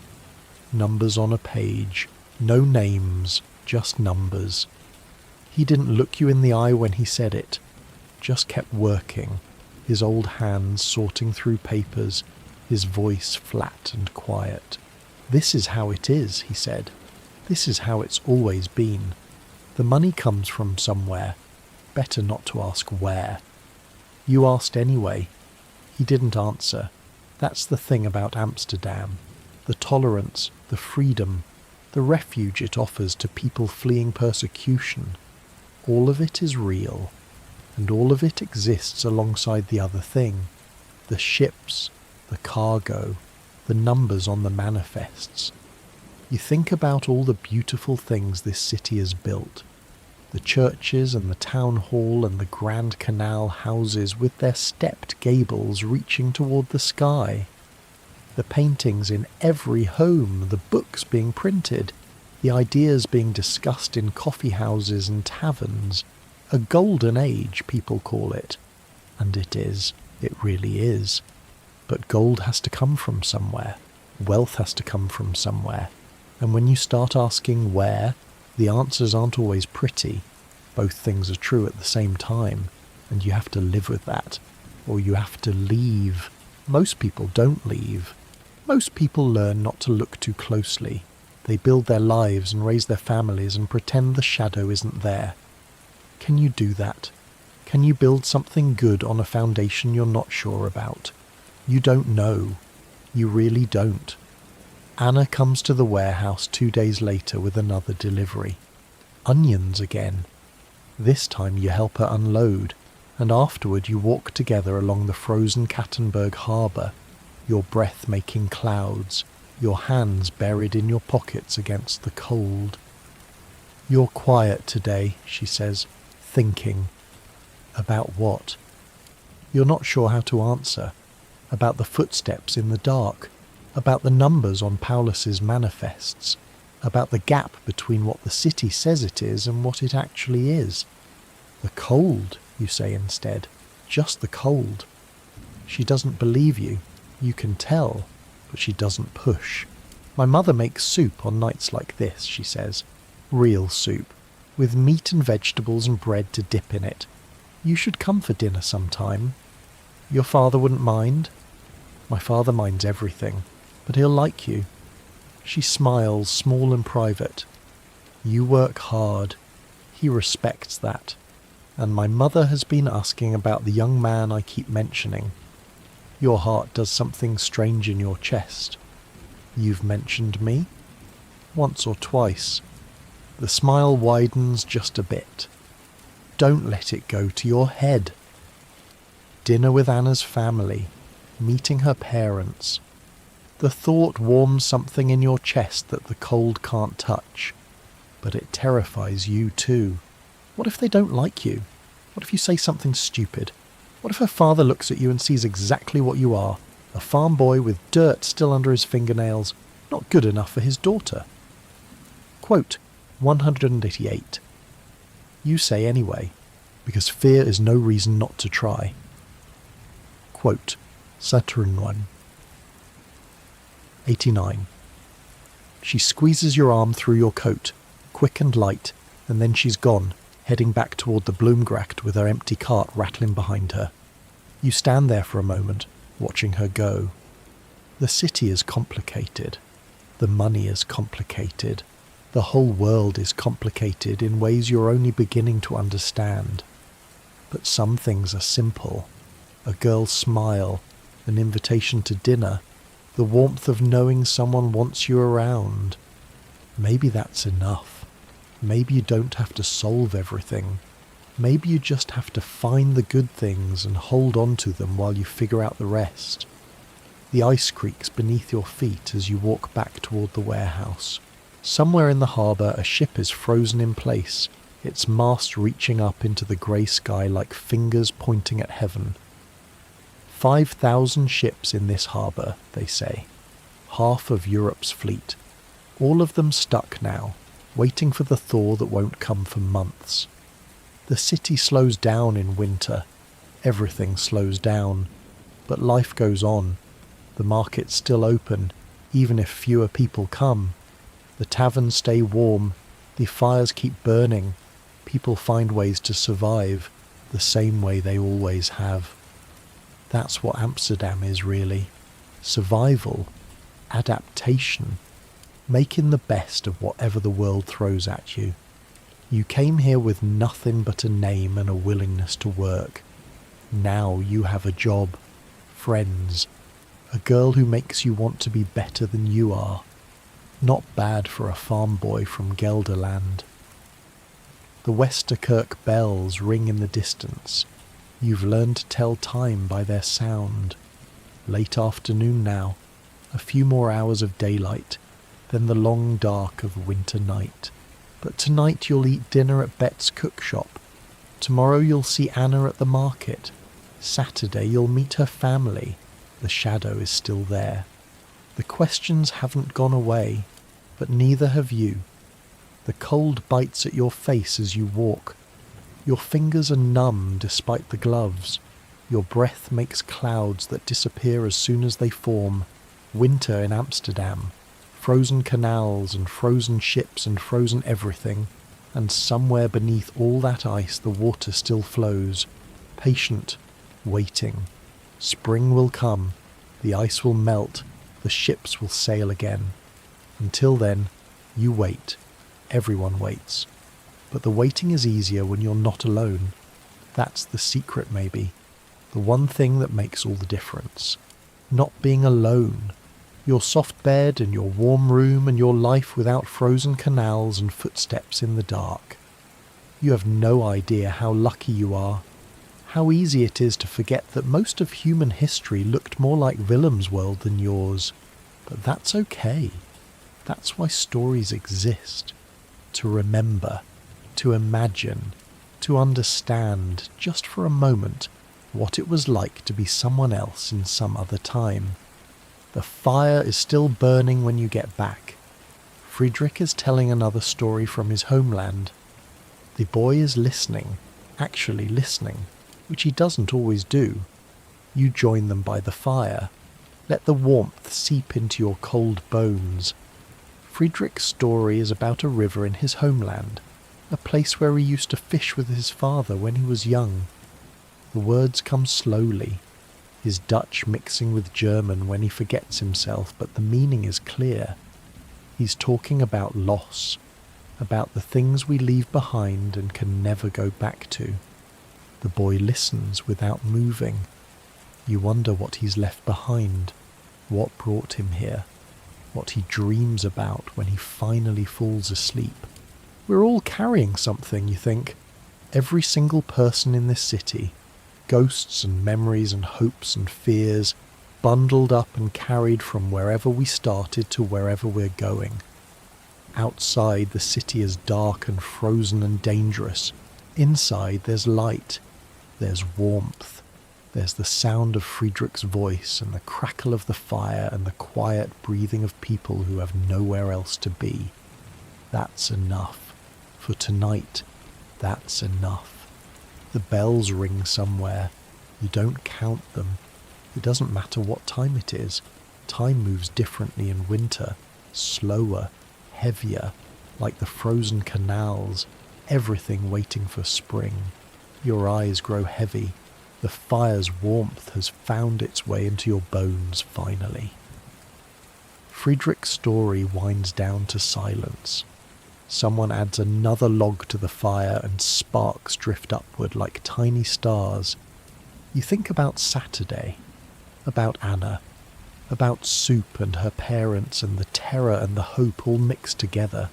You think about the footsteps in the dark and how they stopped when Just appeared, about having people who look out for you, about not being alone.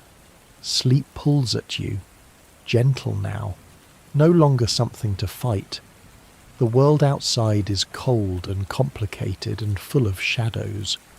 But in here, right now, everything is simple.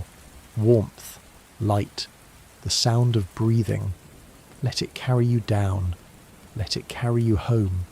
Saturday comes too fast and too slow at the same time. You've borrowed a clean shirt from Just, washed your face 3 times. Try to do something with your hair, though there's only so much you can do with hair like yours. You look at yourself in the small cracked mirror by the boarding house door and see a young man who's trying too hard. Good enough.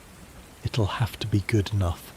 Anna's house on the Bloemgracht looks different in the early evening light. Smaller somehow, more real. The window box you noticed before has herbs in it. You can see now. Rosemary and thyme, brown and dormant in the cold, but still there, still alive. You knock before you can talk yourself out of it. The door opens, and there's Anna, wearing a dress you've never seen before. Blue, like deep water. Her hair is down, which you've also never seen. She looks like someone you almost recognize, but not quite. Someone softer, someone not carrying cabbages. "You came," she says. "Did you think I wouldn't?" "I thought you might lose your nerve." She's smiling. Quote 193. The house is warm. A fire burning in the front room. Candles on the table. The smell of something cooking, rich and savoury, making your stomach remember that you haven't eaten since morning. Anna's mother appears from the back room. A round woman with grey streaks in her dark hair and Anna's same direct gaze. She looks you up and down like she's appraising a delivery of onions. Quote 194, she says. Not a question. Quote 195, quote 196. She says your name like she's testing it, seeing if it fits. Sit. The soup is almost ready. You sit. The table is set for 5. Anna and her mother. 2 younger girls who must be her sisters, maybe 12 and 14, watching you with barely concealed curiosity, and an empty chair at the head of the table. "Father will be down in a moment," Anna says. "He's finishing something in his study." You nod. Try to look calm. fail completely. The sisters giggle. Anna shoots them a look that could freeze the canals all over again. Then footsteps on the stairs, and Anna's father enters the room. He's smaller than you expected. Wiry, with strong hands and a face that's seen weather. Grey hair cropped short, eyes that miss nothing. He takes his seat at the head of the table without speaking, looks at you for a long moment, and then nods. Quote, 200, he says, the same way his wife said it. Testing. Quote, 201, quote, 202, quote, 203, quote, 204, quote, 205. Another long look. You feel like a manifest being reviewed for errors. Quote, 206, the old man says. Quote, 207. Picks up his spoon. Quote, 208. Quote, 209. Quote, 210. You think about it. Really think. Quote, 211. You glance at Anna just for a second. Quote. The old man's face doesn't change, but something shifts behind his eyes, some judgment being made. He says to his wife. And just like that, the interrogation is over. The soup is better than good. It's the best thing you've eaten since you left home. Real meat, not the gristly scraps you get at Bet's place. Vegetables that taste like they were grown by someone who cared. Bread that's soft inside and crusty outside, perfect for dipping. You eat until you're full, and then you eat a little more, because Anna's mother keeps refilling your bowl and you don't know how to say no. You're too thin, she says, ladling more into your bowl. Don't they feed you at that boarding house? Not like this, ma'am. She makes a sound that might be disapproval or might be satisfaction. Hard to tell with mothers. The conversation flows easier after the food. Anna's sisters ask you questions about the warehouse, about the ships, about what it's like to work on the docks. The older one, named Margarita, has a serious face and wants to know practical things. The younger one, Sophie, has Anna's spark and wants to know about adventure. You tell them stories, some of them even true. The older one wants to know about the VOC ships and where they go. You tell her about the manifests you've seen, the port names that sound like music. Batavia, Coromandel, Ceylon. Places so far away you can barely imagine them.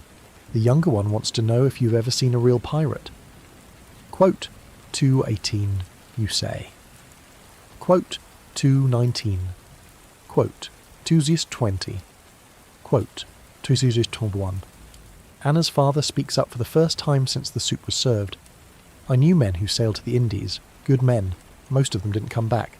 He's not looking at you exactly, more like looking through you, at something far away.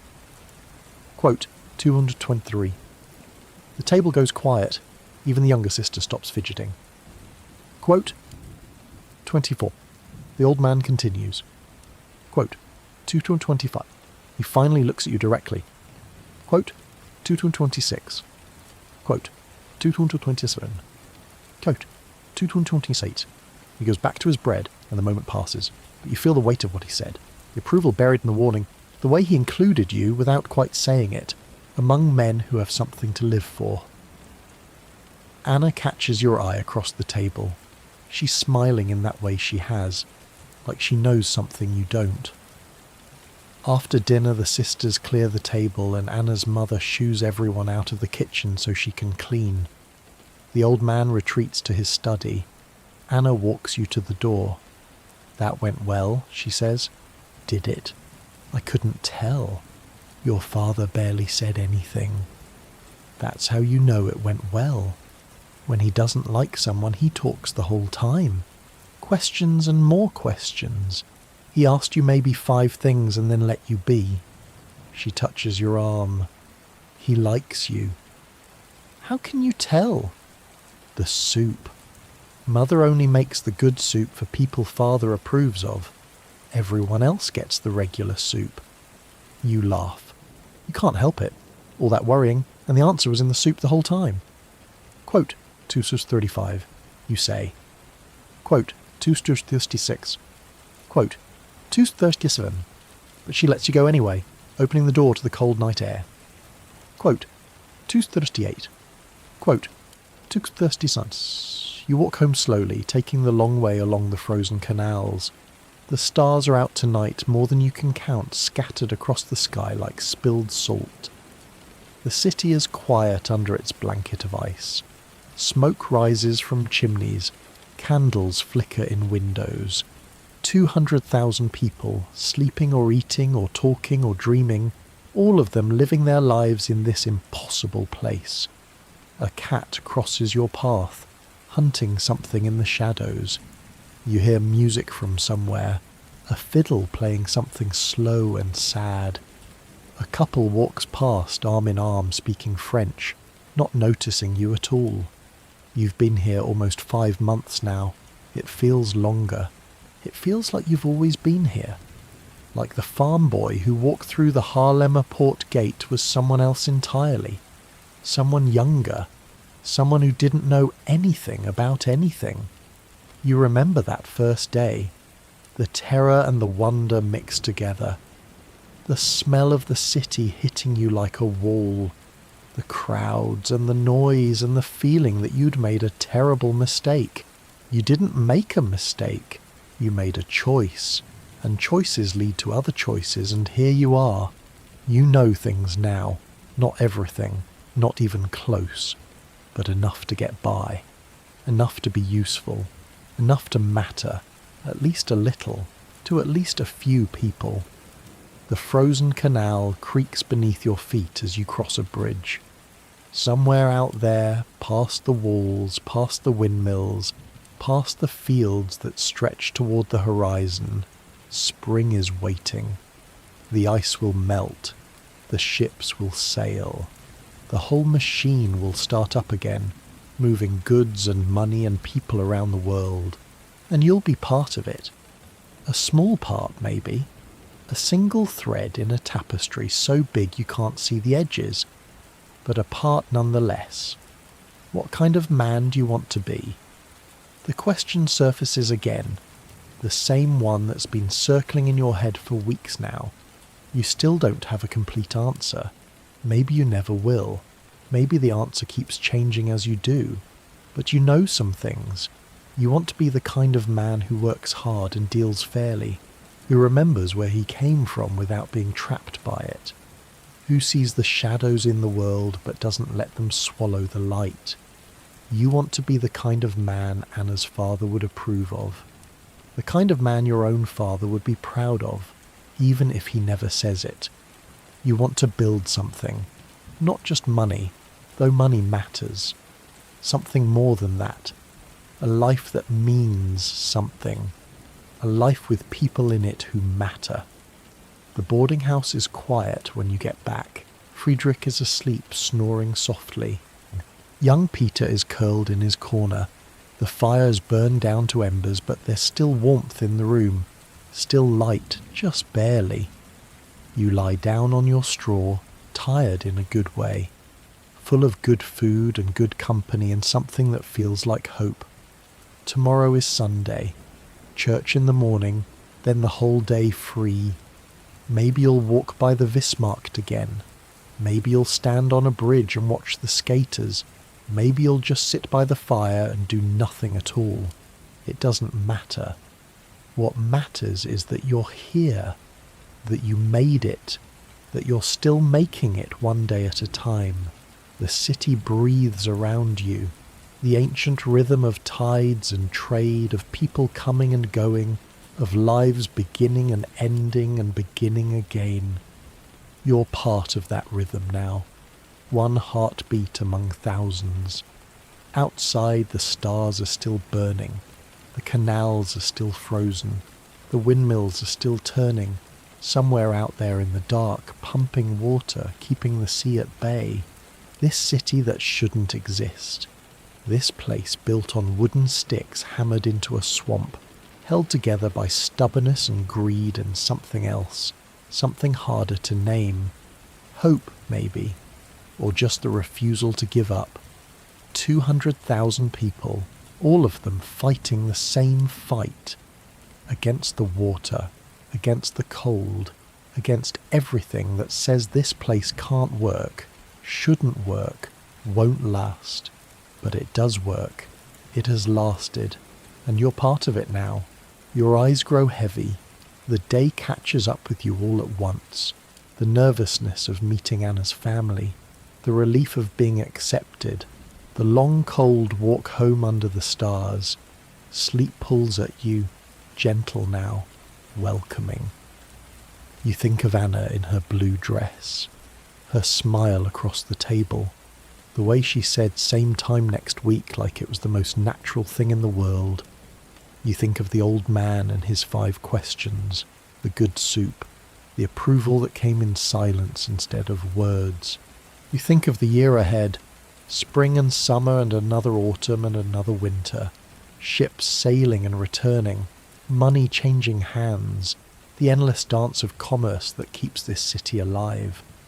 You think of Eust, who saved you without knowing it, just by being in the right place at the right time, of Betts and her cookshop, of old Paulus and his quiet wisdom, of Cornelis with his ink-stained fingers and his endless demands for accurate numbers.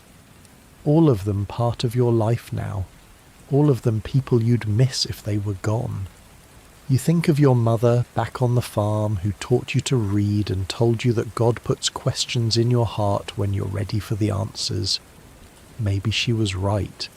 Maybe the questions are the point. And you think of Anna, her blue dress, her smile, the way she makes you want to be better than you are, and somewhere in all of that, you, growing, learning, becoming whoever you're going to become. The fire crackles its last. The room goes dark except for the faint glow of embers. Somewhere outside a dog barks once and then falls silent. You're warm. You're safe. You're not alone. That's everything. That's more than enough. Now it's time for you to rest too, wherever you are, whatever time it is, whatever weight you're carrying from your own day in your own world. Let it go. Let it all go. You don't need to solve anything tonight. You don't need to be anywhere or do anything or worry about tomorrow. Tomorrow will come whether you worry about it or not. That's the only guarantee in life. The sun will rise. The day will unfold. You'll handle whatever it brings because that's what you do. That's what everyone does. One day at a time, one foot in front of the other, until suddenly you look back and realize you've come a long way from where you started. Just breathe. Just be. The canals are frozen, but spring is coming. The night is dark, but the stars are out. The world is complicated, but simple things still matter. Warmth, food, people who care whether you come home. Willem found his place. You'll find yours too. Or maybe you already have, and you just need to remember it. Close your eyes. Let the story fade. Let sleep take you where it wants to go. Good night.